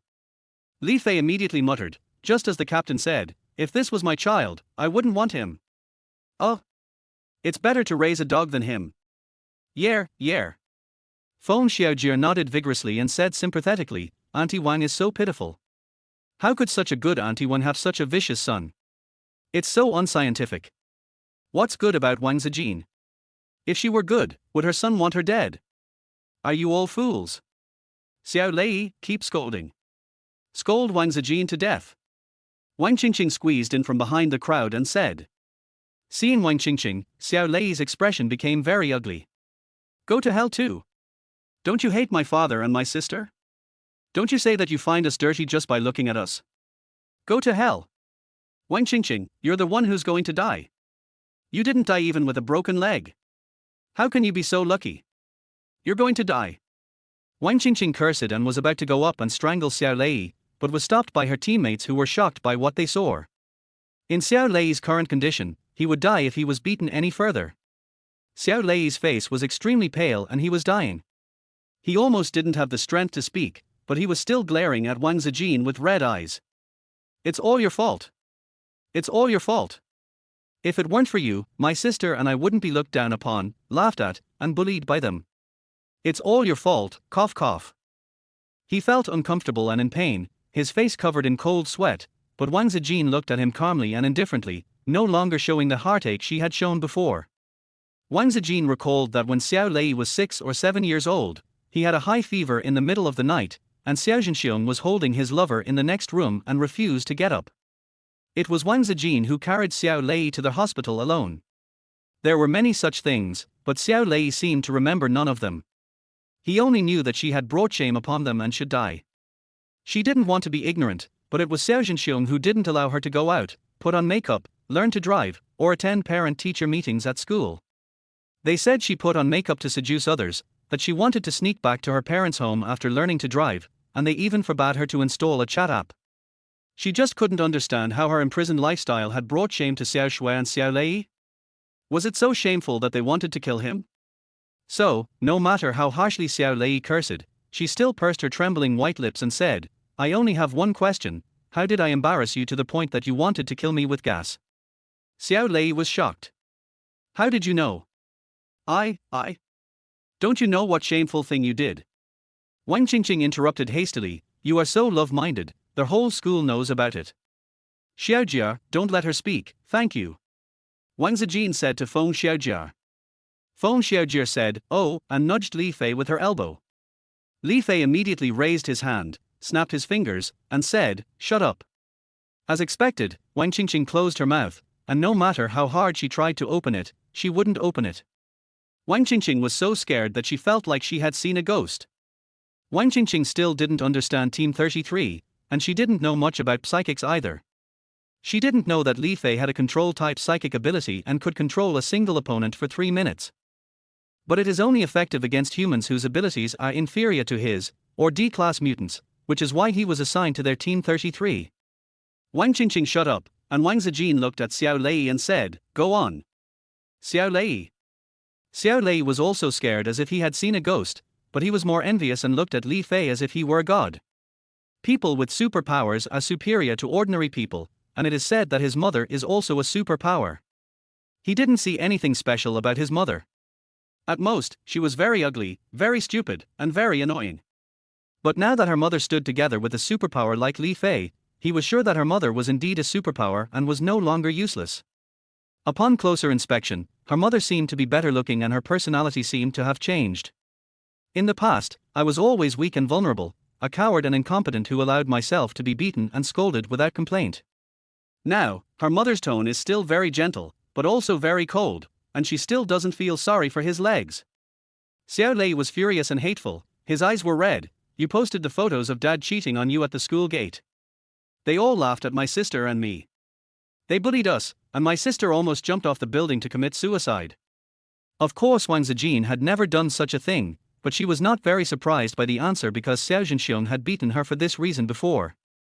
However, Xiao Zhenxiong did not say that the photos were posted at school, and after seeing that Wang Zijin was beaten badly, he did not admit it, so he dropped the matter the next day. It seems that Xiao Zhenxiong has found a real murderer. Wang Zijin glanced at Wang Qingqing, who had kept silent, and said, "You don't know about Xiao Zhenxiong and your mother, so it's impossible for you to secretly take these photos. It was your mother who did it, right? She wants to take revenge on Xiao Zhenxiong's lover, and she also wants to make Xiao Shui, Xiao Lei, and Xiao Zhenxiong hate me. What a good trick." Wang Qingqing's pupils shrank and she kept shaking her head, but Wang Zijin played the video of Xiao Zhenxiong and Zhu Moli fighting in the hospital in front of Wang Qingqing. Xiao Zhenxiong and Zhu Moli said a lot of things that should and shouldn't be said, and their relationship was exposed nakedly. Wang Qingqing widened her eyes in disbelief. Her mother had clearly said that it was Wang Zijin who framed her. However, this video is ironclad evidence. Wang Zijin ignored her and looked at Xiao Lei. "I didn't do it. You can choose not to believe me, but I don't like to take the blame. Xiao Lei, from now on, I will sever my mother-son relationship with you and Xiao Shui. From now on, I will not care whether you are good or bad, alive or dead." Chapter 20, Falling in Love with Someone Else So Quickly. Wang Zijin has always been wondering when and what she did wrong to make Xiao Shui and Xiao Lei hate her so much. Now, the knot that had been bothering her has finally been untied. It was indeed because she was useless and incompetent and failed to protect her children. Then, the children, who were already disgusted by her incompetence, hated her even more and planned to kill her. Was it her fault or the children's? It didn't matter anymore. Now, she wasn't their mother anymore. But she was not the kind of person who would just watch someone in need die, so she applied for treatment at the hospital in her own name. Even if it was a stranger, she would help. However, she no longer asked whether the hospital could cure Xiao Lei's leg, and let Xiao Zhenxiong take responsibility for his own child. Xiao Lei was taken away by Li Fei. He was still in a daze, unable to recover from the realization that this was just a misunderstanding. Seeing that Wang Zijin didn't send him to the hospital and just left him to an outsider, he couldn't stand it anymore and shouted, "Ugly, aren't you going to send me to the hospital? I don't want to see my dad, don't ask him to come." Xiao Lei is already 14 years old and no longer a child. How could he not see that Xiao Zhenxiong did not value him? In the past, he and Xiao Shui depended on Xiao Zhenxiong only because Xiao Zhenxiong had power and money, while their mother was useless. On the plane, Xiao Zhenxiong pushed him and Xiao Shui out to block the mutant. In order to protect Xiao Shui, his 2 legs were bitten off alive. He was in excruciating pain, but Xiao Zhenxiong refused to take him to the hospital. She even said excitedly, "That ugly woman Wang Zijin must be so heartbroken now. She will definitely agree to remarry. If she doesn't agree, I will make sure she never sees her son again." Xiao Zhenxiong left him and ran away, regardless of his crying and begging, or Xiao Shui's attempts to stop him, and he even beat Xiao Shui up. Xiao Lei was afraid of Xiao Zhenxiong and hated him. Now that Wang Zijin has explained the misunderstanding, Xiao Lei is even more reluctant to return to Xiao Zhenxiong. When being carried away by Li Fei, he anxiously called her Mom. Wang Zijin hasn't heard the word Mom for a long time. But she doesn't need it anymore. She is no longer his mother. Doing this far is already the most she can do. At this time, she remembered to thank Chen Jin, but when she walked to Chen Jin and hadn't opened her mouth, Su Yangbei, who was sitting on the chair pressing on his wound, suddenly cried out in pain. "Auntie Wang, it hurts so much. Is my face going to be disfigured? If I become ugly, will you still like me? Please don't dislike me, okay? Auntie Wang, okay." Wang Zijin was speechless for 2 seconds and was about to answer when Chen Jin spoke. "Wang Zijin, don't you like Lu Yingchuan?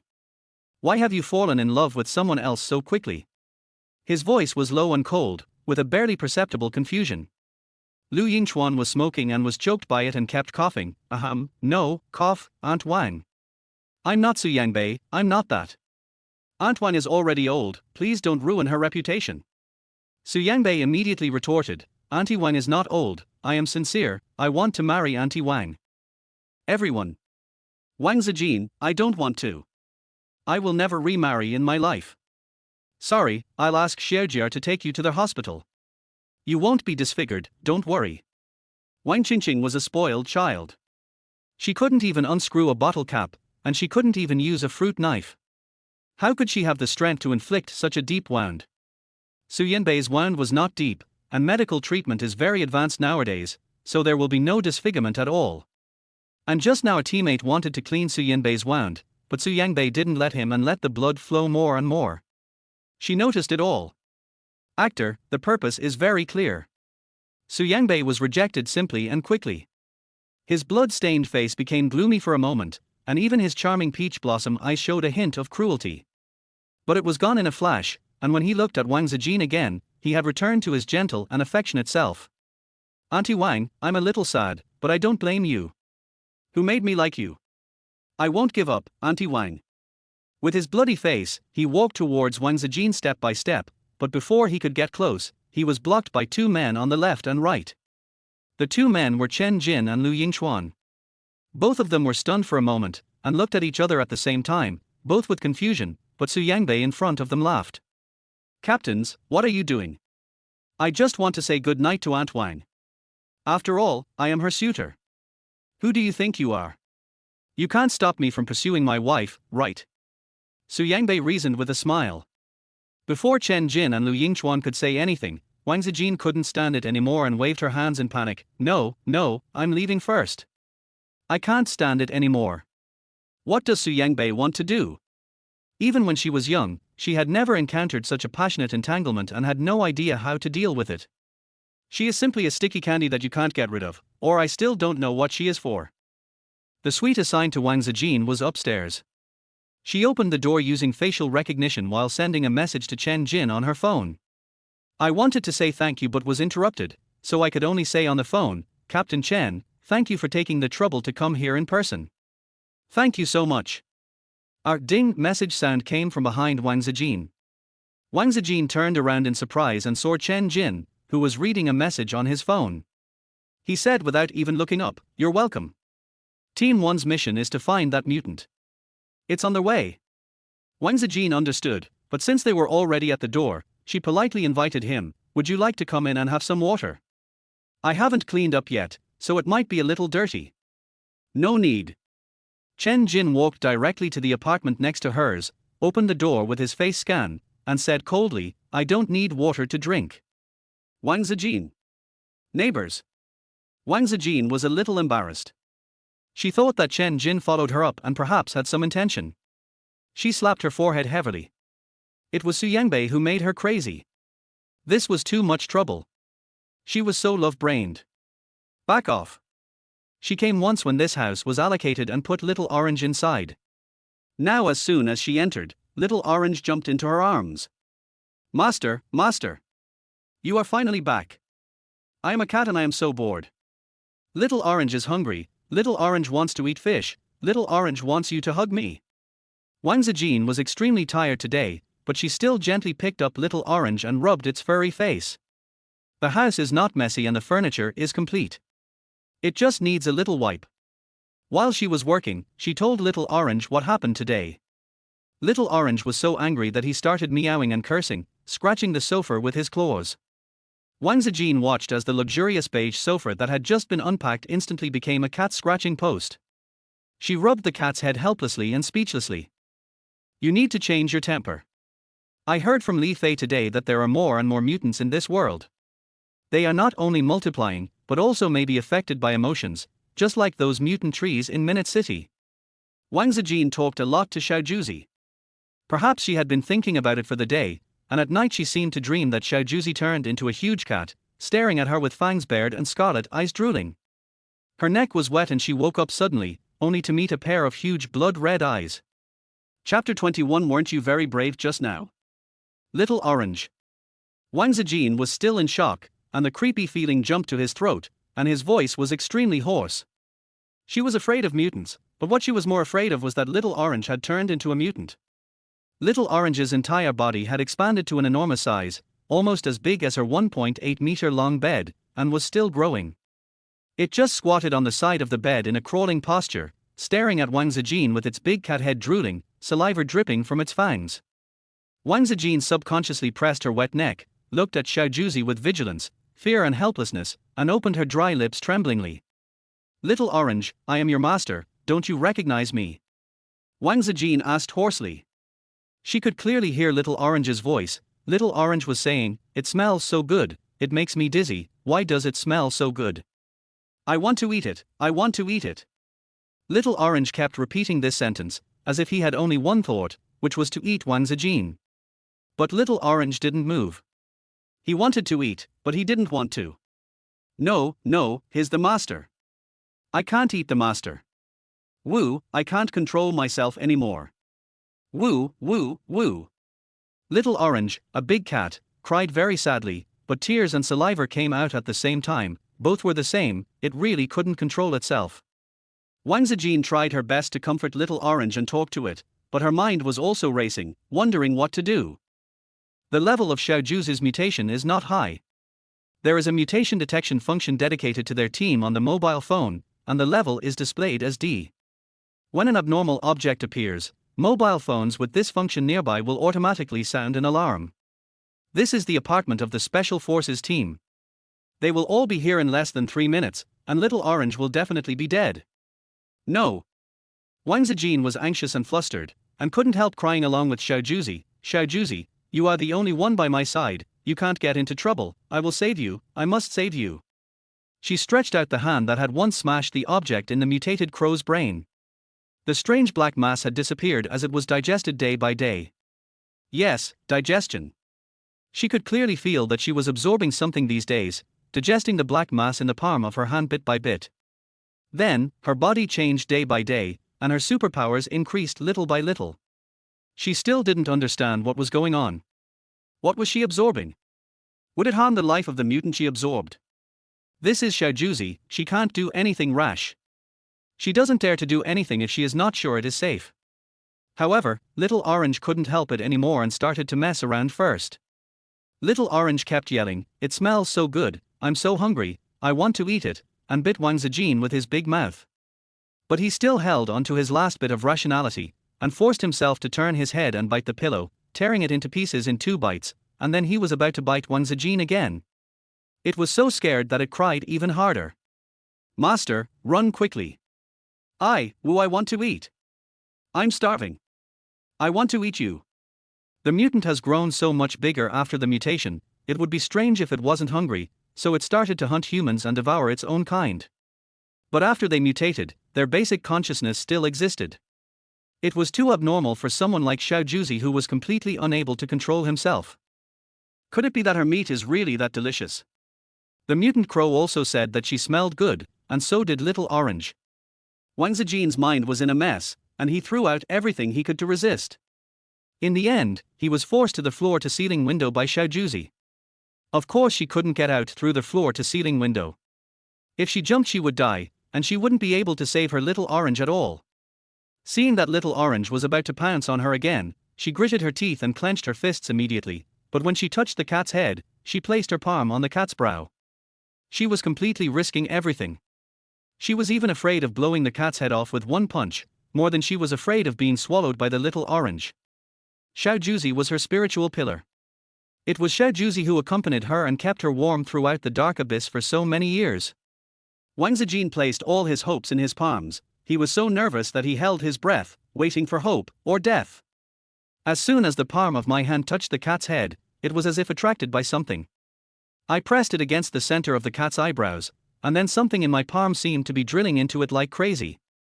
But this time, it didn't feel as hot as last time, and the thing that went in didn't seem as ferocious. She didn't pay attention to these things, but only stared at the Little Orange that slowly collapsed like a deflated ball when it was touched by her palm. The Little Orange, which had almost expanded to the size of her entire bedroom, was shrinking little by little until it returned to its normal size before the mutation. Wang Zijin's heart was pounding so hard that she caught Xiaojuzi with trepidation and touched Xiaojuzi's nose with trembling fingers. Little Orange's eyes have returned to normal, and they were just opening and closing, and he meowed weakly and fragilely. "Master, I am trapped." Little Orange smacked his saliva-dripping lips and fell asleep right away, as if he was extremely tired and sleepy. Wang Zijin was still in shock. She stared blankly at Xiaojuzi who was curled up on her legs, tears still gathering in the corners of her eyes. It was almost that Xiaojuzi could not be saved. It was almost that she died. It was too scary. Wang Zijin was so scared that she couldn't stop crying. She could only lean against the cold floor-to-ceiling window, biting her lips and crying silently. Suddenly, there was a knock on the French window behind him, and Wang Zijin was so scared that he trembled in response. She turned around in horror and saw a tall black shadow floating outside, which scared her again. She shivered and shrank back in panic, only to see the dark shadow approaching the window, revealing a pale face wearing a mask, and his black eyes looked at her coldly. Wang Zijin looked at him with tearful eyes for several seconds. Nan Nan, who was very slow to react, said, "Chen Jin, Captain Chen." Only then did she regain her consciousness and remembered Chen Jin's wind-related abilities, which allowed him to use the wind to float and accelerate, and he also lived next door to her. With such a big commotion, it was inevitable that the teammates would be alarmed, and Chen Jin, who was sitting next to her, would definitely be the first to arrive. Wang Zijin quickly picked up the sleeping Xiaojuzi, staggered to his feet, opened the window for Chen Jin, and let him in. "Captain Chen, how did you get here?"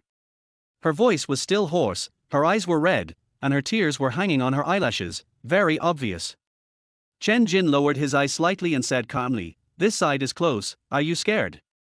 Weren't you very brave just now? You caught the knife with your bare hands." Wang Zijin.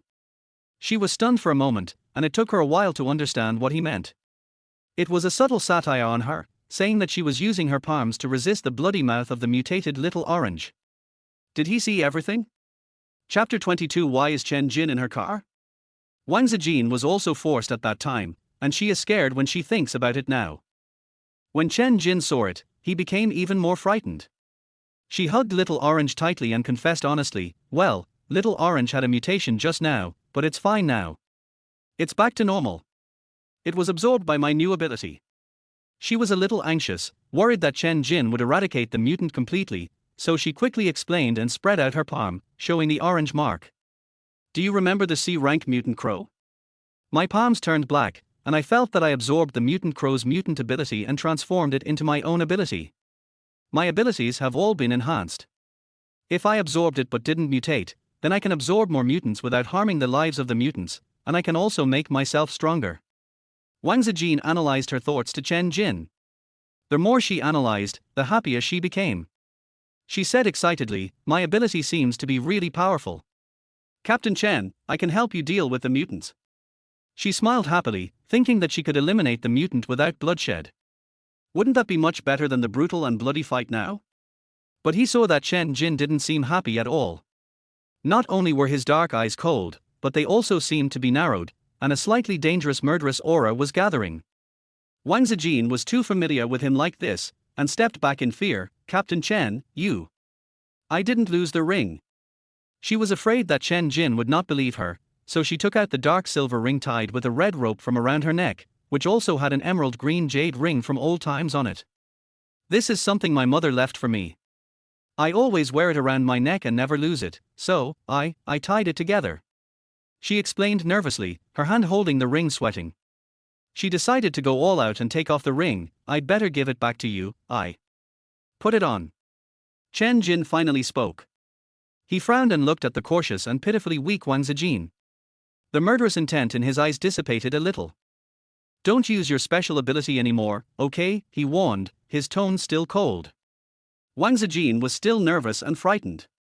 Hearing this, he was stunned and very confused. Why? Chen Jin frowned, but before he could say anything, there was a violent knock on the door.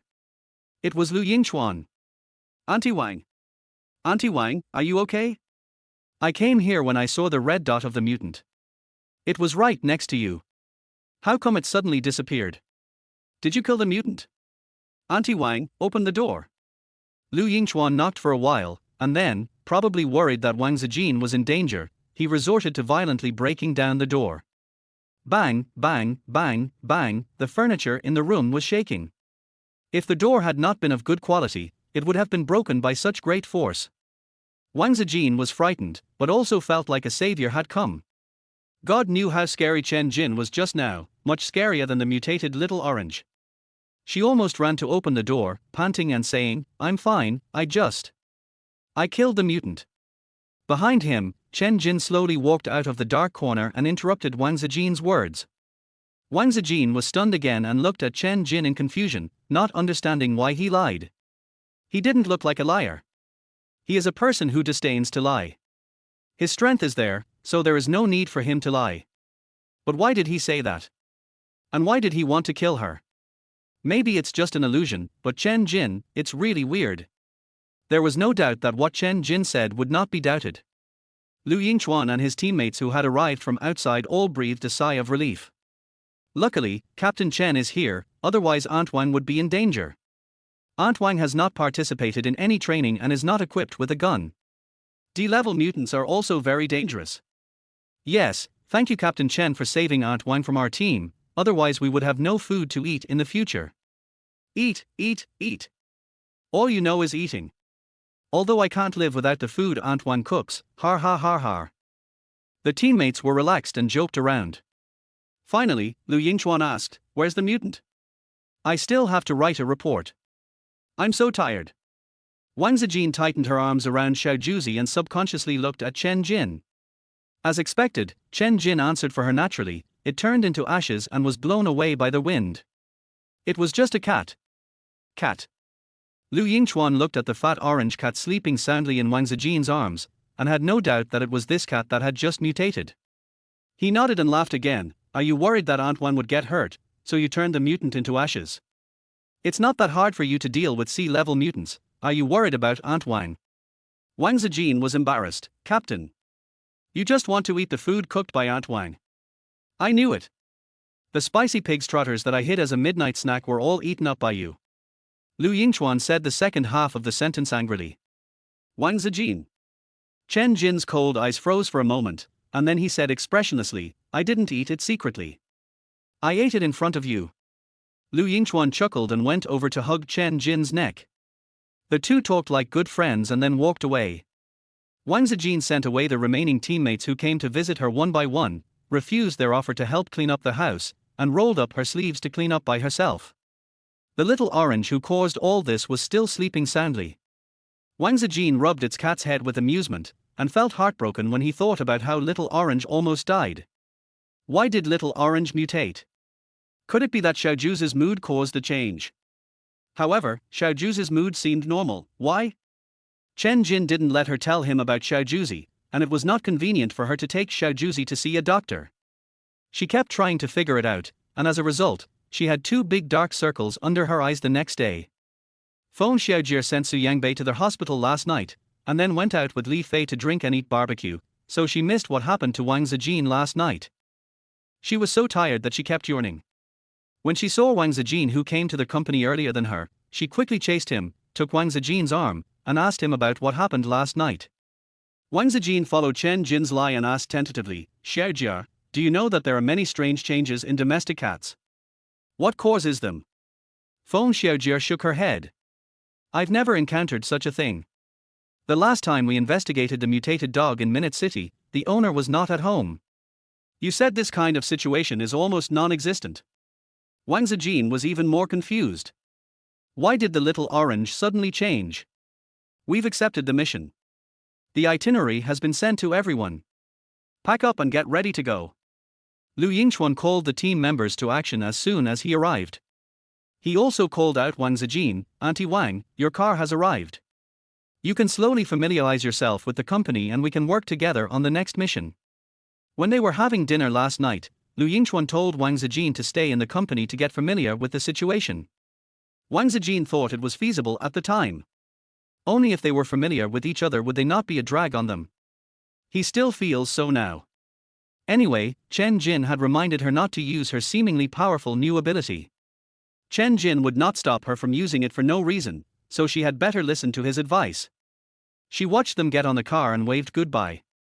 Lu Yingchuan suddenly called her excitedly. Auntie Wang. Come with us. Team 2 is in trouble. We need your special powers to help.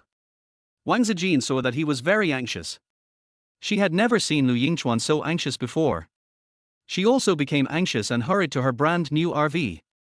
As soon as she got on, she was stunned, because Chen Jin was sitting in her driver's seat, with his legs crossed on the platform, his eyes closed and he seemed to be asleep. Wang Zijin was confused and doubtful, and looked at her face again and again to make sure that the car was hers and not Chen Jin's. But why was Chen Jin still sleeping in her car? Chapter 23 Chen Jin's Warm Heart. Captain Chen. Captain Chen. Wang Zijin was in a hurry to drive, so he could only tap the chair next to Chen Jin gently. After all, Feng Xiaojie said that he had severe misophobia. Chen Jin's long, thick eyelashes trembled, but he didn't open them. He said, A337, start the autopilot and catch up with A330. The onboard AI made a cold mechanical sound. Okay, we have activated the automatic driving for you, activated the full protection, activated the automatic emergency combat system, and the A337 will protect you throughout the journey. After the car started moving, Chen Jin asked calmly, do you understand? New student. Only then did Wang Zijin realize that Chen Jin was there to teach her how to drive. She was surprised but also grateful. Not to mention, apart from the occasional illusion that Chen Jin wanted to kill her, Chen Jin was a pretty good person most of the time. He gave her a ring as a token of his love, did not despise her for her age, invited her to join Team 1, and personally brought Xiao Lei to her. However, Wang Zijin was still quite puzzled and asked, do you personally teach every new student in the Special Forces how to drive? Shouldn't you be very busy? Chen Jin still closed his eyes and replied coldly, I only taught you one thing, you can take a ride, your car is new and clean. Wang Zijin. I see. Wang Zijin had no more questions. She opened the team chat on her phone and read the message. Only then did she understand why Lu Yingchuan was so anxious. Because some members of Team 2 were trapped by mutants, and the team leader Lu An'er was Lu Yingchuan's cousin. Lu An'er is one of the 3 people in the team who have the ability to communicate with animals and plants, and has won countless military exploits. She is also extremely beautiful, so many people in the team like her and call her Goddess An'er. It is worth mentioning that Lu An'er once dated Su Yangbei, and Su Yangbei was also brought into the special team by Lu An'er. But they broke up soon, and Su Yangbei dated one girl after another and became famous for being fickle and promiscuous. All this gossip was from the private chats Feng Xiaojie sent to her, and the girl chattered non-stop. Finally, she said to Wang Zijin, "Aunt Wang, you said that scumbag Su Yangbei is pestering you. Is it because you are old enough and there is a big difference between you and Lu An'er? Is he deliberately using you to anger Lu An'er?" Wang Zijin felt that it was very possible and that this reason was indeed tenable. It was most likely this reason. These young people are really messing around. There is a generation gap. Generation gap. Wang Zijin, where is the ring? Chen Jin had arrived in front of her without knowing when, and looked at her expressionlessly. Wang Zijin was listening to Feng Xiaojie's voice call, even though the volume was very low, but when she saw Chen Jin, she still hid behind him guiltily. It took her a moment to come to her senses, and she slowly reached out to grab the red rope around her neck. Some of the faded red ropes show how old they are, which shows how much she values and cherishes her mother's relics. Put it together like this. Chen Jin frowned and said, "That's all. I just want to remind you to always wear the ring," and he glanced at Wang Zijin's hand that still had an orange mark on it and said, "You can't absorb any more mutants, otherwise, you will die." Wang Zijin, is it similar to the side effects of the captain's ability?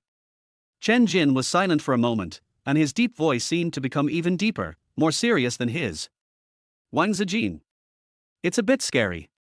If Chen Jin didn't seem like the type to joke, she would have suspected that Chen Jin was exaggerating. She didn't notice any disadvantages, but rather a lot of advantages. She could even hear the captain's loud voice in the car in front, arguing fiercely on the phone with Team 2. He said that if anything happened to Lu An'er, the entire Team 2 would not be enough to bury her. And Lu Yingchuan was asking, has Chen Jin not arrived yet? When Wang Zijin heard this, he was stunned for a moment, and looked up in surprise at Chen Jin, who was pressing the earphone button. Does Lu Yingchuan know that Chen Jin is in her car? She thought that it was Lu Yingchuan who instructed Chen Jin to teach her how to drive, but that wasn't the case. Wang Zijin was touched by Chen Jin's warm-heartedness and decided to cook something delicious to thank him later. Chen Jin seemed to like her cooking very much. But after hearing the message from the headset, Chen Jin directly opened the car window, and his figure flashed lightly and disappeared in a flash. Wang Zijin was asking him, "What do you like to eat?" Before she could finish her words, she saw Chen Jin leaving quickly without looking back, leaving her with a head full of question marks. Of course, Wang Zijin didn't cook or eat a single bite until the evening today. Lu Yingchuan held a meeting with them in the car to discuss the place they were about to go, the mutants they would deal with, and the plan to rescue the hostages. The meeting lasted until the end. When getting off the car, Feng Xiaojie lay at the door of her car and cried out that she was hungry and her legs were weak. Wang Zijin felt fine, she didn't feel hungry and instead felt quite energetic. Ever since she absorbed the mutant, she no longer felt hungry and wouldn't feel thirsty even if she didn't drink water for a day. Her body was simply magical now. It's also very strange. This new ability is indeed strange. The mission location of Team 2 is a remote island. The mutant is a kind of fish in the sea, which has bred a group of mutant fish. Species flying in the sky and swimming in the water are difficult to detect and their location is difficult to capture. It was Lu An'er's credit that we were able to find this group of mutated fish this time. She was on a mission with Team 2, and in a nearby fishing village, she accidentally heard the voice of a mutant in the sea, saying that it would eat everyone in the fishing village. The mutated plants they eliminated had destroyed half of the village, so Lu An'er immediately asked all the villagers to evacuate. The villagers have lived here for a long time and are reluctant to leave, so it took a lot of effort to persuade them. But in the end they were unable to evacuate because the mutated fish came too quickly. There were not only the D-level mutated fish that Lu An'er heard of, but also several C-level ones. Team 2 is full of experts with special powers, so dealing with C-level fish is no problem, but there are too many C-level mutant fish that can survive on land. In order to protect the villagers, Lu Anna stepped out to communicate with the mutated fish and divert their attention. Let teammates with fast speed take the opportunity to leave and get help. The news was narrated in detail by the members of Team 2 who came out to ask for help. The young man's eyes were red and he looked very worried, but there was also a gleam of hope in his eyes. Captain Chen has been in there for quite a while. With him here, Captain Anna will definitely be rescued. Captain Anna is such a beautiful and kind person. If something happens to her, I will commit suicide to be buried with her, said the young man with great ambition. Lu Yingchuan slapped him and cursed, "Get lost. Don't curse Anna, she will be fine." Although Team 2 said that Chen Jin had already gone in, Lu Yingchuan still didn't take a moment to rest and asked the members of Team 33 to go in with him. As they strode forward, they shouted to Wang Zijin, who was a little behind them and couldn't keep up with their speed, "Auntie Wang, just tell me the message. We have worked together before. Wang Mao, just follow Auntie Wang. Protect Auntie Wang." Li Fei's ability was relatively weak, so he could only walk to Wang Zijin's side dejectedly and complained, "If Brother Su hadn't been discharged from the hospital, I wouldn't have been responsible for protecting Aunt Wang. I'm so useless, so embarrassing." Chapter 24 Oh Beauty. Wang Zijin felt that she was also quite useless. Lu Anna also has the ability to communicate between animals and plants, but she can stand on her own and be a team leader, and has made great achievements. As for her, she needed the protection of her teammates on the battlefield and couldn't even walk to keep up with their pace. How useless. The two losers stumbled behind, not as agile as the other teammates. Even Feng Xiaojia could run very fast, which made Li Fei jealous. "Since I was little, Xiaojia has relied on her better physical fitness to bully me and snatch my candy. I'm an adult now and I still can't beat her. I'm so angry." Wang Zijin casually said, "Oh," and did not join the conversation because she was listening carefully to the sound of the mutant. The trees around the beach were rustling in the evening breeze, and the sea water was hitting the rocks, making a loud and chaotic noise. But Wang Zijin's hearing is very good now. She can hear the sounds of countless animals and plants in the sea, all talking about the strange group of fish. "Those humans are going to be eaten. The big fish said that if we use up all their energy, we can eat them all in one bite. Are humans delicious? It's humans who are eating us. We can finally eat humans. I also want to become a big monster fish. Let's run away. The big monster fish ate those humans and is coming to eat us. Let's run away quickly." "Oh, human." Wang Zijin asked them what special changes had occurred in the mutated fish and what it was afraid of, so that they could help her deal with the mutated fish. But they refused. "You humans are too weak. The human who asked us questions before is surrounded by giant fish. He's going to be eaten." Wang Zijin knew that they were probably talking about Lu Anna. It seems that Lu Anna also asked these questions, so the direction of her questions was correct, but these fish could not provide any solutions. So, Wang Zijin said shamelessly, "I am very strong, believe me, you can only believe me, otherwise you can only leave here." They were reluctant to leave here, and Wang Zijin only asked them to gather information, not to fight the giant monster fish. So the small fish started working, but they came back after a while and said they saw a bigger monster fish. It's even more ferocious than the giant monster fish that appeared here. A human in black clothes was almost eaten by it. It's so scary. The news from the fishes surprised Wang Zijin. Is the man in black Chen Jin? Wang Zijin thought about it, and then conveyed all the information he had collected to Lu Yingchuan, who had already rushed forward through the headset configured on his mobile phone. Lu Yingchuan had already arrived and met the members of Team 2 and the villagers, as well as Lu Anna, who were surrounded by the mutated fish. He was anxious to save his cousin, so he hurriedly told Wang Zijin to keep investigating, then took out his 2 golden revolvers and joined the battlefield. The hostages' situation was indeed difficult. They had been trapped for a long time, and no matter how powerful the members of Team 2 were, they were unable to eliminate a group of sea-level mutated fish. Besides, they also had to protect the villagers, so many of them were injured. Lu Anna was treating them one by one. Although Lu Anna has little fighting power and only has the ability to communicate with animals and plants, she originally studied medicine. Therefore, there was no doctor in their team, and the doctor's position was vacated for the psychic, with Lu Anna working as a part-time doctor. Lu Anna's combat uniform was soaked, her long chestnut curly hair was wet and wrapped around her pale face, with bloodstains particularly noticeable. Lu Yingchuan felt distressed when he saw this and shouted, "Chen Jin! Where did you go to save people? Were they eaten by the mutated fish?" Lu Yingchuan's voice echoed in the headphones. Wang Zijin felt like her ears were about to explode and quickly took them off. Even without headphones, she could hear Lu Yingchuan's voice clearly, as well as a tired and cold woman's voice. "Brother, you're finally here. I thought I'd never see you again. Are you talking to Captain Chen? Is Captain Chen here too?" Wang Zijin listened to these sounds, and even his eyesight became particularly good, and he could vaguely see a large group of densely packed mutated fish. They roared and were attacked by various powers and weapons, but they could also spray out globs of dark green slime that would cause festering if touched. The battle was fierce and Wang Zijin was very anxious. C-rank mutant fish, if Chen Jin was here, the chances would be better, but Chen Jin. Wang Zijin followed the fish for a long distance, not towards the team members where the battle was fierce, but towards the bigger fish. She believed that her fighting ability was far inferior to Chen Jin's. Instead of her going to help, it would be better for Chen Jin to go to help, but the prerequisite is that Chen Jin is not eaten by the fish. The fish said it was not far away, so she soon saw an island floating on the sea, shaking. "No, it's not an island, it's a monster fish. A huge monster fish." The fishes argued. Wang Zijin also realized that it was not an island, but a living creature. It opened its huge mouth wide and bit so hard that the sea water splashed 3 feet high. It seemed to have a strong magnetic field. The surrounding sea water was turbulent and the fish dared not approach it, saying tremblingly that they would die if they got close.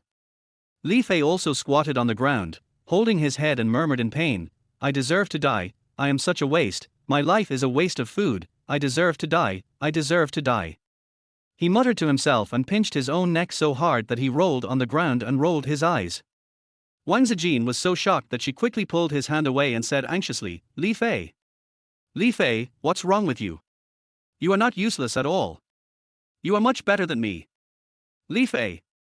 She had not received any physical training and her strength was still a little lacking, so she could not pry open Li Fei's hands that were trying to strangle her. But it was strange that she felt an inexplicable suction force on the palm of her hand again. Although it was very subtle, as soon as she put it on Li Fei's forehead, Li Fei woke up.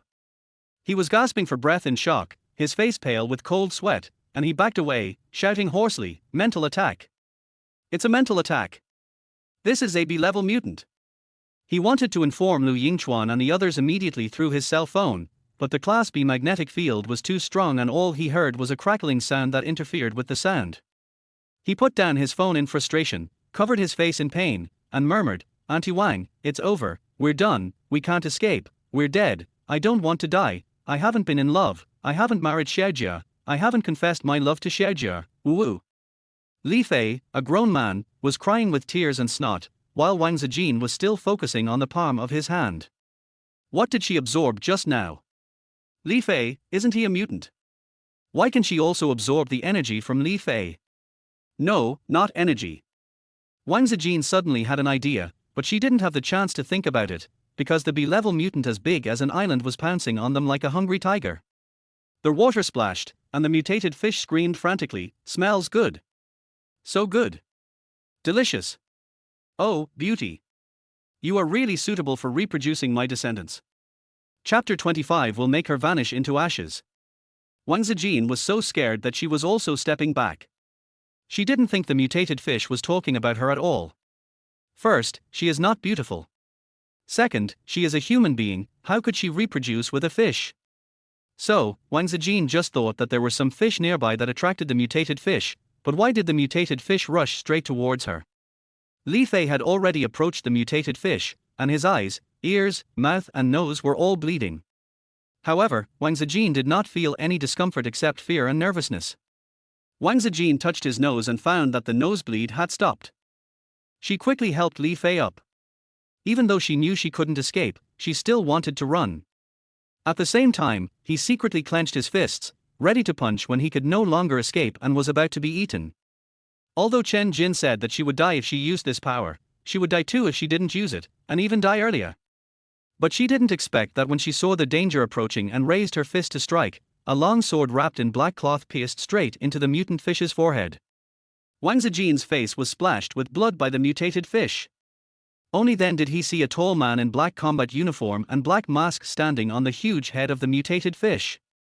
Chen Jin rode the sea breeze and stood upright, even though the mutated fish twisted and turned in pain, wailing and trying to throw him off. It hurts so much. It hurts so much that this great king is dying. This damned human. Didn't I beat him to death? How come he is still alive? Die. Go to hell. I will eat you first, the human who ruined my happy event. The mutated fish started to move violently, and Wang Zijin quickly warned, Captain Chen, be careful. It wants to eat you. Chen Jin had already drawn his sword and glanced at her lightly as he stepped back. Wang Zijin then remembered that Chen Jin also had the ability to communicate with animals and plants, but she was so nervous that she forgot about it. Chen Jin retreated from the fish's head to its back. The long sword flew into his hand as he moved, and all the blood and dirt on the sword magically disappeared. He gripped the hilt of the sword with his slender fingers and flew back in the air again. The mutant fish swung its tail like a dragon and chased after him madly. Eat! Eat him! The damned human ran away. He got scared. Eat him! Eat him!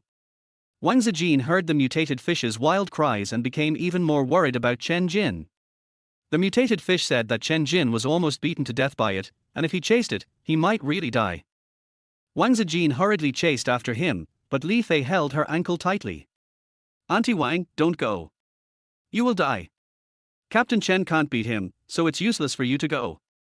Li Fei kept in mind the important task of protecting Wang Zijin. Wang Zijin was about to ask him to let go when he suddenly saw another group of mutated fish, sea-level mutated fish, coming from the other side of the mutated fish.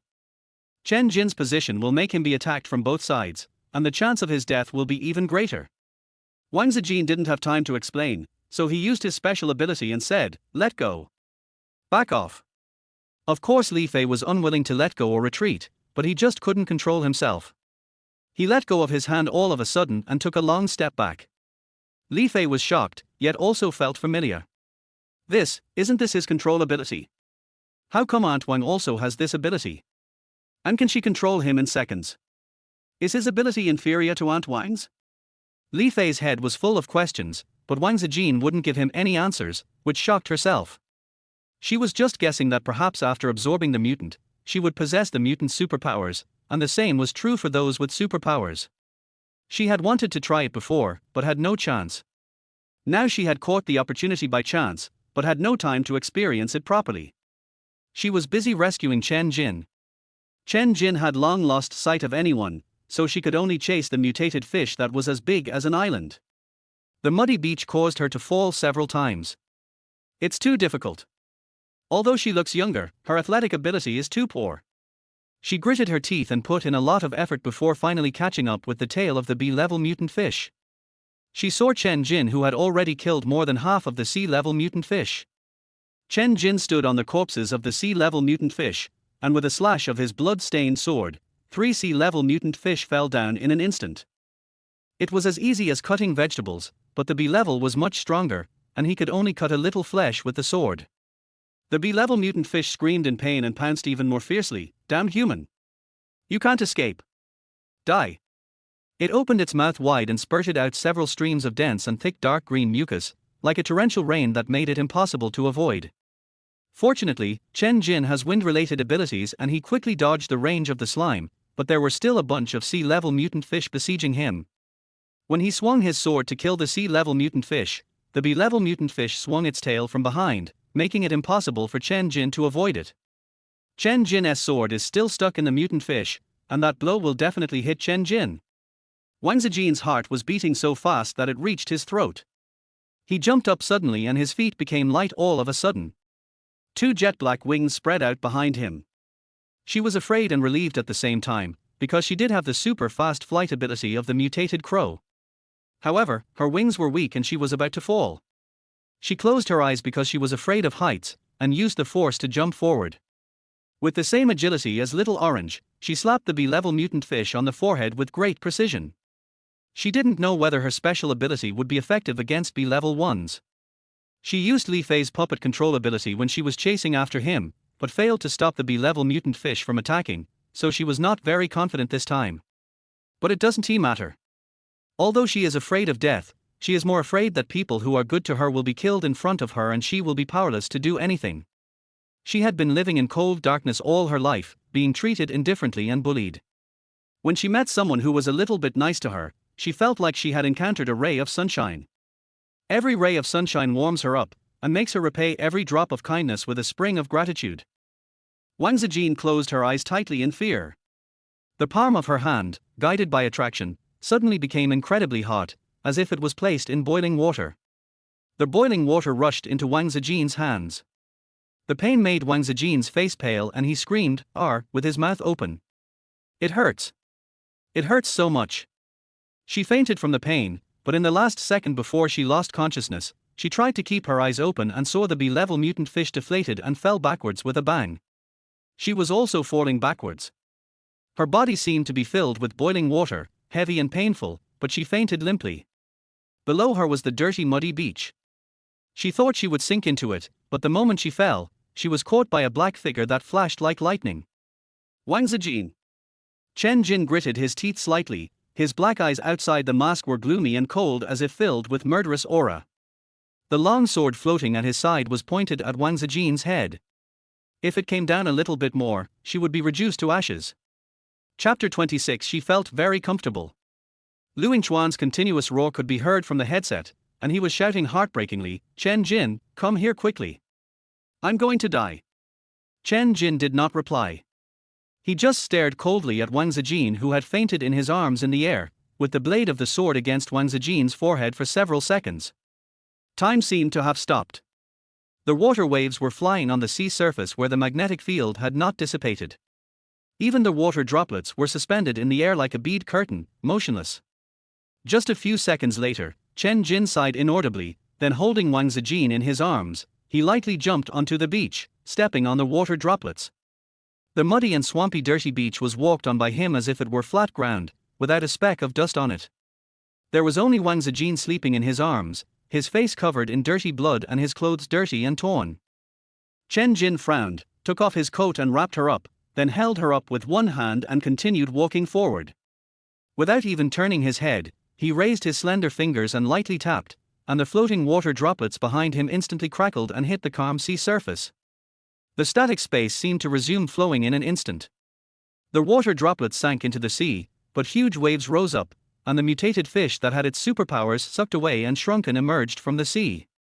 It screamed ferociously and turned into a pool of blood in the blink of an eye. Nearby, there were also several islands that protruded out of the water and exploded into powder. Those islands screamed in pain, but they were not islands, but schools of B-level mutant fish. Wang Zijin had spent all his energy to exchange one B-level mutant fish for another, but it was easily killed by a small water droplet, and a group of them were killed in an instant. But Wang Zijin didn't know all this. She had been unconscious for a long time, and had been in a state of boiling heat.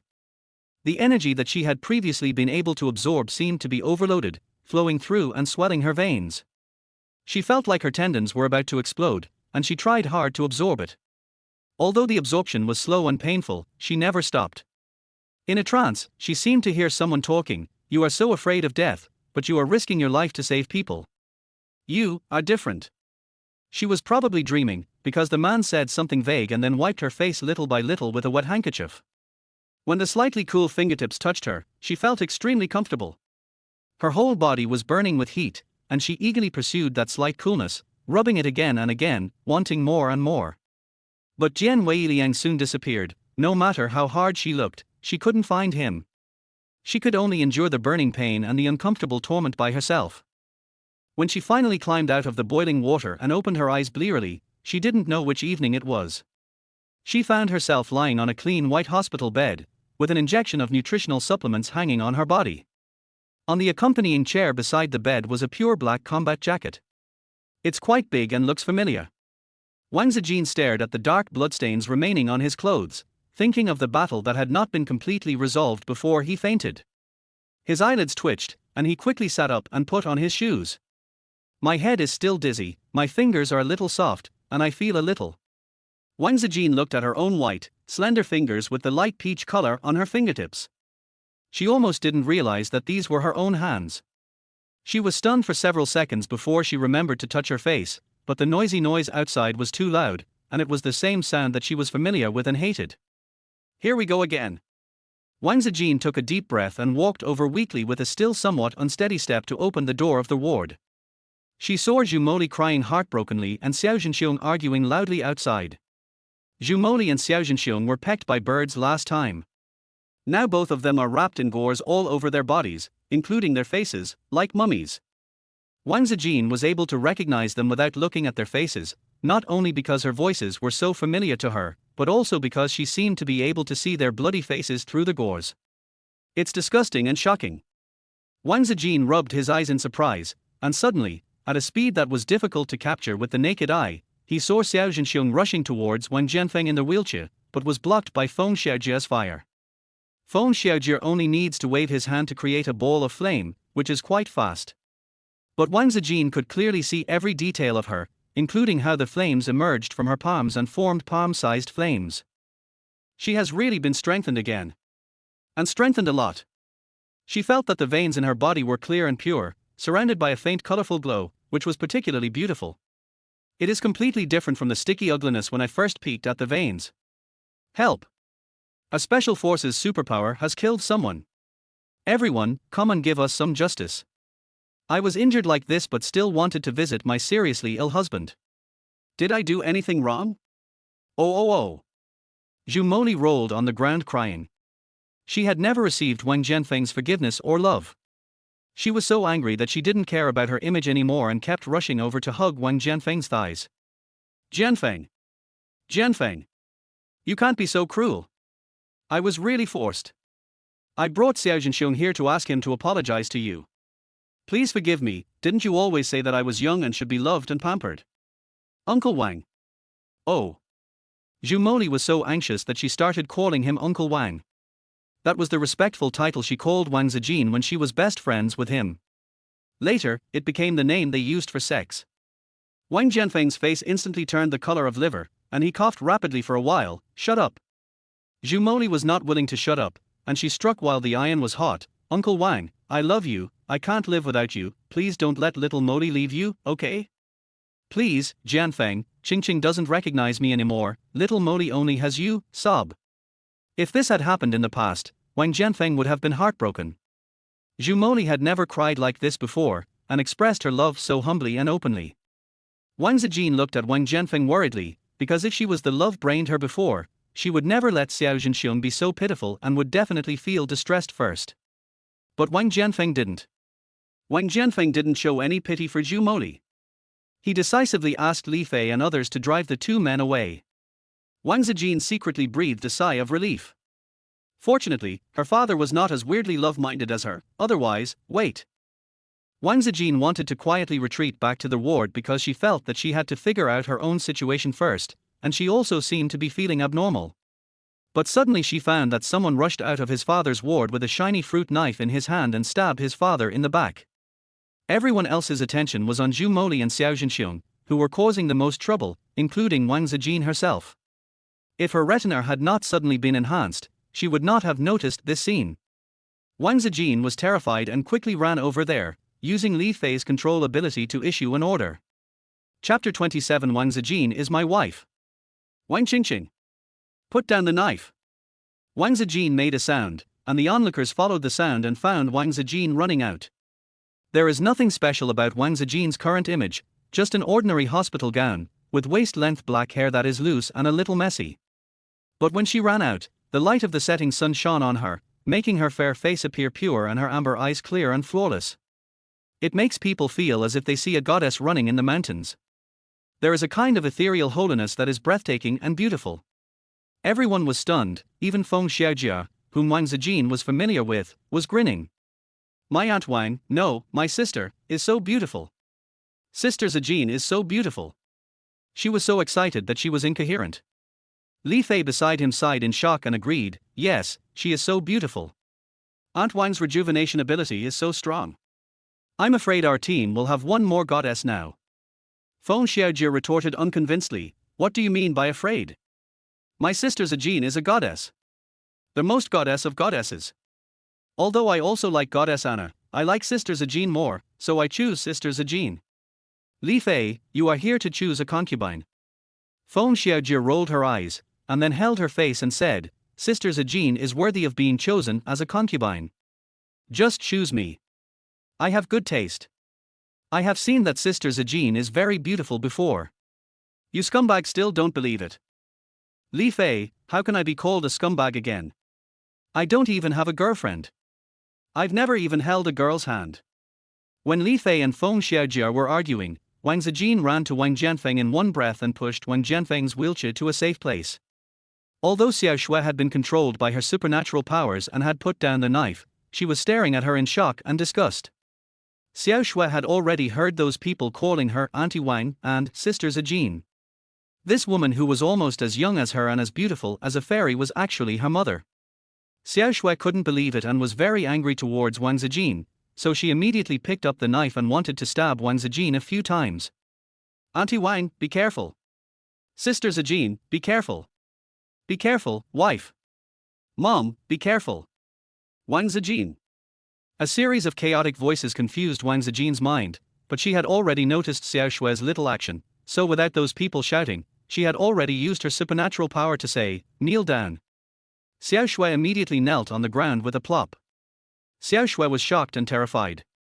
Although she had seen people with superpowers before, this order was given by Wang Zijin. How could she listen to him? No, this is not Wang Zijin.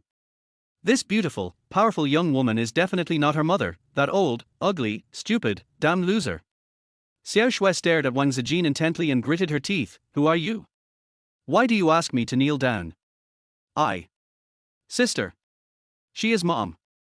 Xiao Lei shouted with his hands clasped together like a loudspeaker, and walked towards this side anxiously with his prosthetic legs which were not yet smooth. Sister, didn't you promise me not to hurt Grandpa? Why don't you keep your word? You said you believe what I said. Xiao Lei said. Xiao Shui sneered, I won't pretend to believe you. You won't even let Grandpa see me. Xiao Lei, you are awesome. You helped that ugly woman's people to deal with Dad. Have you forgotten who gave you money to spend and gave us money to bribe our classmates and get rid of the bullies? Xiao Shui was very angry and hateful when she talked about it. That's right, you are younger than me and a boy, how could you know the bullying I suffered, which ruined my life? I'm only 17 years old. Xiao Shui burst into tears and stared at Wang Zijin angrily. It's all your fault. It's all your fault, you vicious, stupid, ugly woman. What ugly woman? My wife is so beautiful, how can she be ugly? Su Yangbei appeared from nowhere, stood next to Wang Zijin, and smiled at her gently and affectionately. Auntie Wang, my face was disfigured because of protecting you. Do you dislike me? You won't abandon me, will you? I can help you teach our naughty daughter well. I am very virtuous. Su Yangbei also had gores covering half of his face, and his pale face looked very fragile. He added weakly, you were unconscious these few days, and I was the one taking care of our son and our father. Su Yangbei. The veins on Wang Zijin's forehead jumped. He looked at him coldly and ordered with his supernatural power, shut up and go back. Su Yangbei. Su Yangbei shut up, but the others were excited. Her father actually nodded in satisfaction. Xiaosu is a good child, filial and considerate, and most importantly, he swore to me a few days ago that he would marry you. At that time, you were not like this. At that time, Wang Zijin had not yet undergone a major transformation and was still quite old and ugly, but Wang Jianfeng felt that Su Yangbei was very sincere to Wang Zijin. Xiao Lei also expressed his opinion, I also recognize him as my stepfather. Although he is not particularly capable, he is handsome, treats me well, buys me snacks and clothes, and is worthy of being my stepfather. He is much better than my father. Xiao Lei. Xiao Zhenxiong was furious. He was still in shock before, stunned by Wang Zijin's transformation. He didn't expect that Wang Zijin was even more beautiful than when he first met her at the age of 18. Although her appearance hasn't changed much, it's as if her whole body is glowing with colorful light. She is particularly beautiful, and it makes his heart especially moved. She makes his heart beat faster than Wang Zijin when she was 18 years old. He had liked Wang Zijin, the innocent and beautiful daughter of the richest man, so he immediately agreed to Zhu Moli's bizarre seduction plan. But after he succeeded in catching her, the novelty wore off, and he found Wang Zijin's blind love for him annoying, and the more he looked at her, the more annoyed he became. Wang Zijin, who is now younger and seems to be more beautiful, makes Xiao Zhenxiong's heart beat again. He couldn't say the words he wanted to scold Wang Zijin. So he changed the sentence. Wife, you have been my wife for 20 years, and we have 3 children. It was my husband who was wrong before. He was blinded by lard and deceived by Zhumoli. Please forgive me once, and I swear to love you only from now on. Xiao Zhenxiong raised his finger and swore on the spot, which made Zhumoli next to him so angry that she slapped him hard in the face. Xiao Zhenxiong was even more rude. He slapped her twice in the face and said angrily, if you hadn't seduced me all day, said bad things about my wife, and falsely accused Wang Zijin of spreading those photos of me at school, how could I have betrayed my beloved wife? In order to show his goodwill, he took the initiative to explain to Xiao Shui, what your brother said is true. It was that bitch Zhumoli who did it. She was just jealous that Zijin had such an excellent husband like me, and wanted to snatch me away. Wife. He turned around and saw Su Yangbei still smiling at Wang Zijin, looking like he didn't care at all. Xiao Zhenxiong pushed him away angrily. Go away, pretty boy. Wang Zijin is my wife. Su Yangbei still kept his mouth shut, but when he was pushed, he fell in the opposite direction and fell directly into Wang Zijin's arms.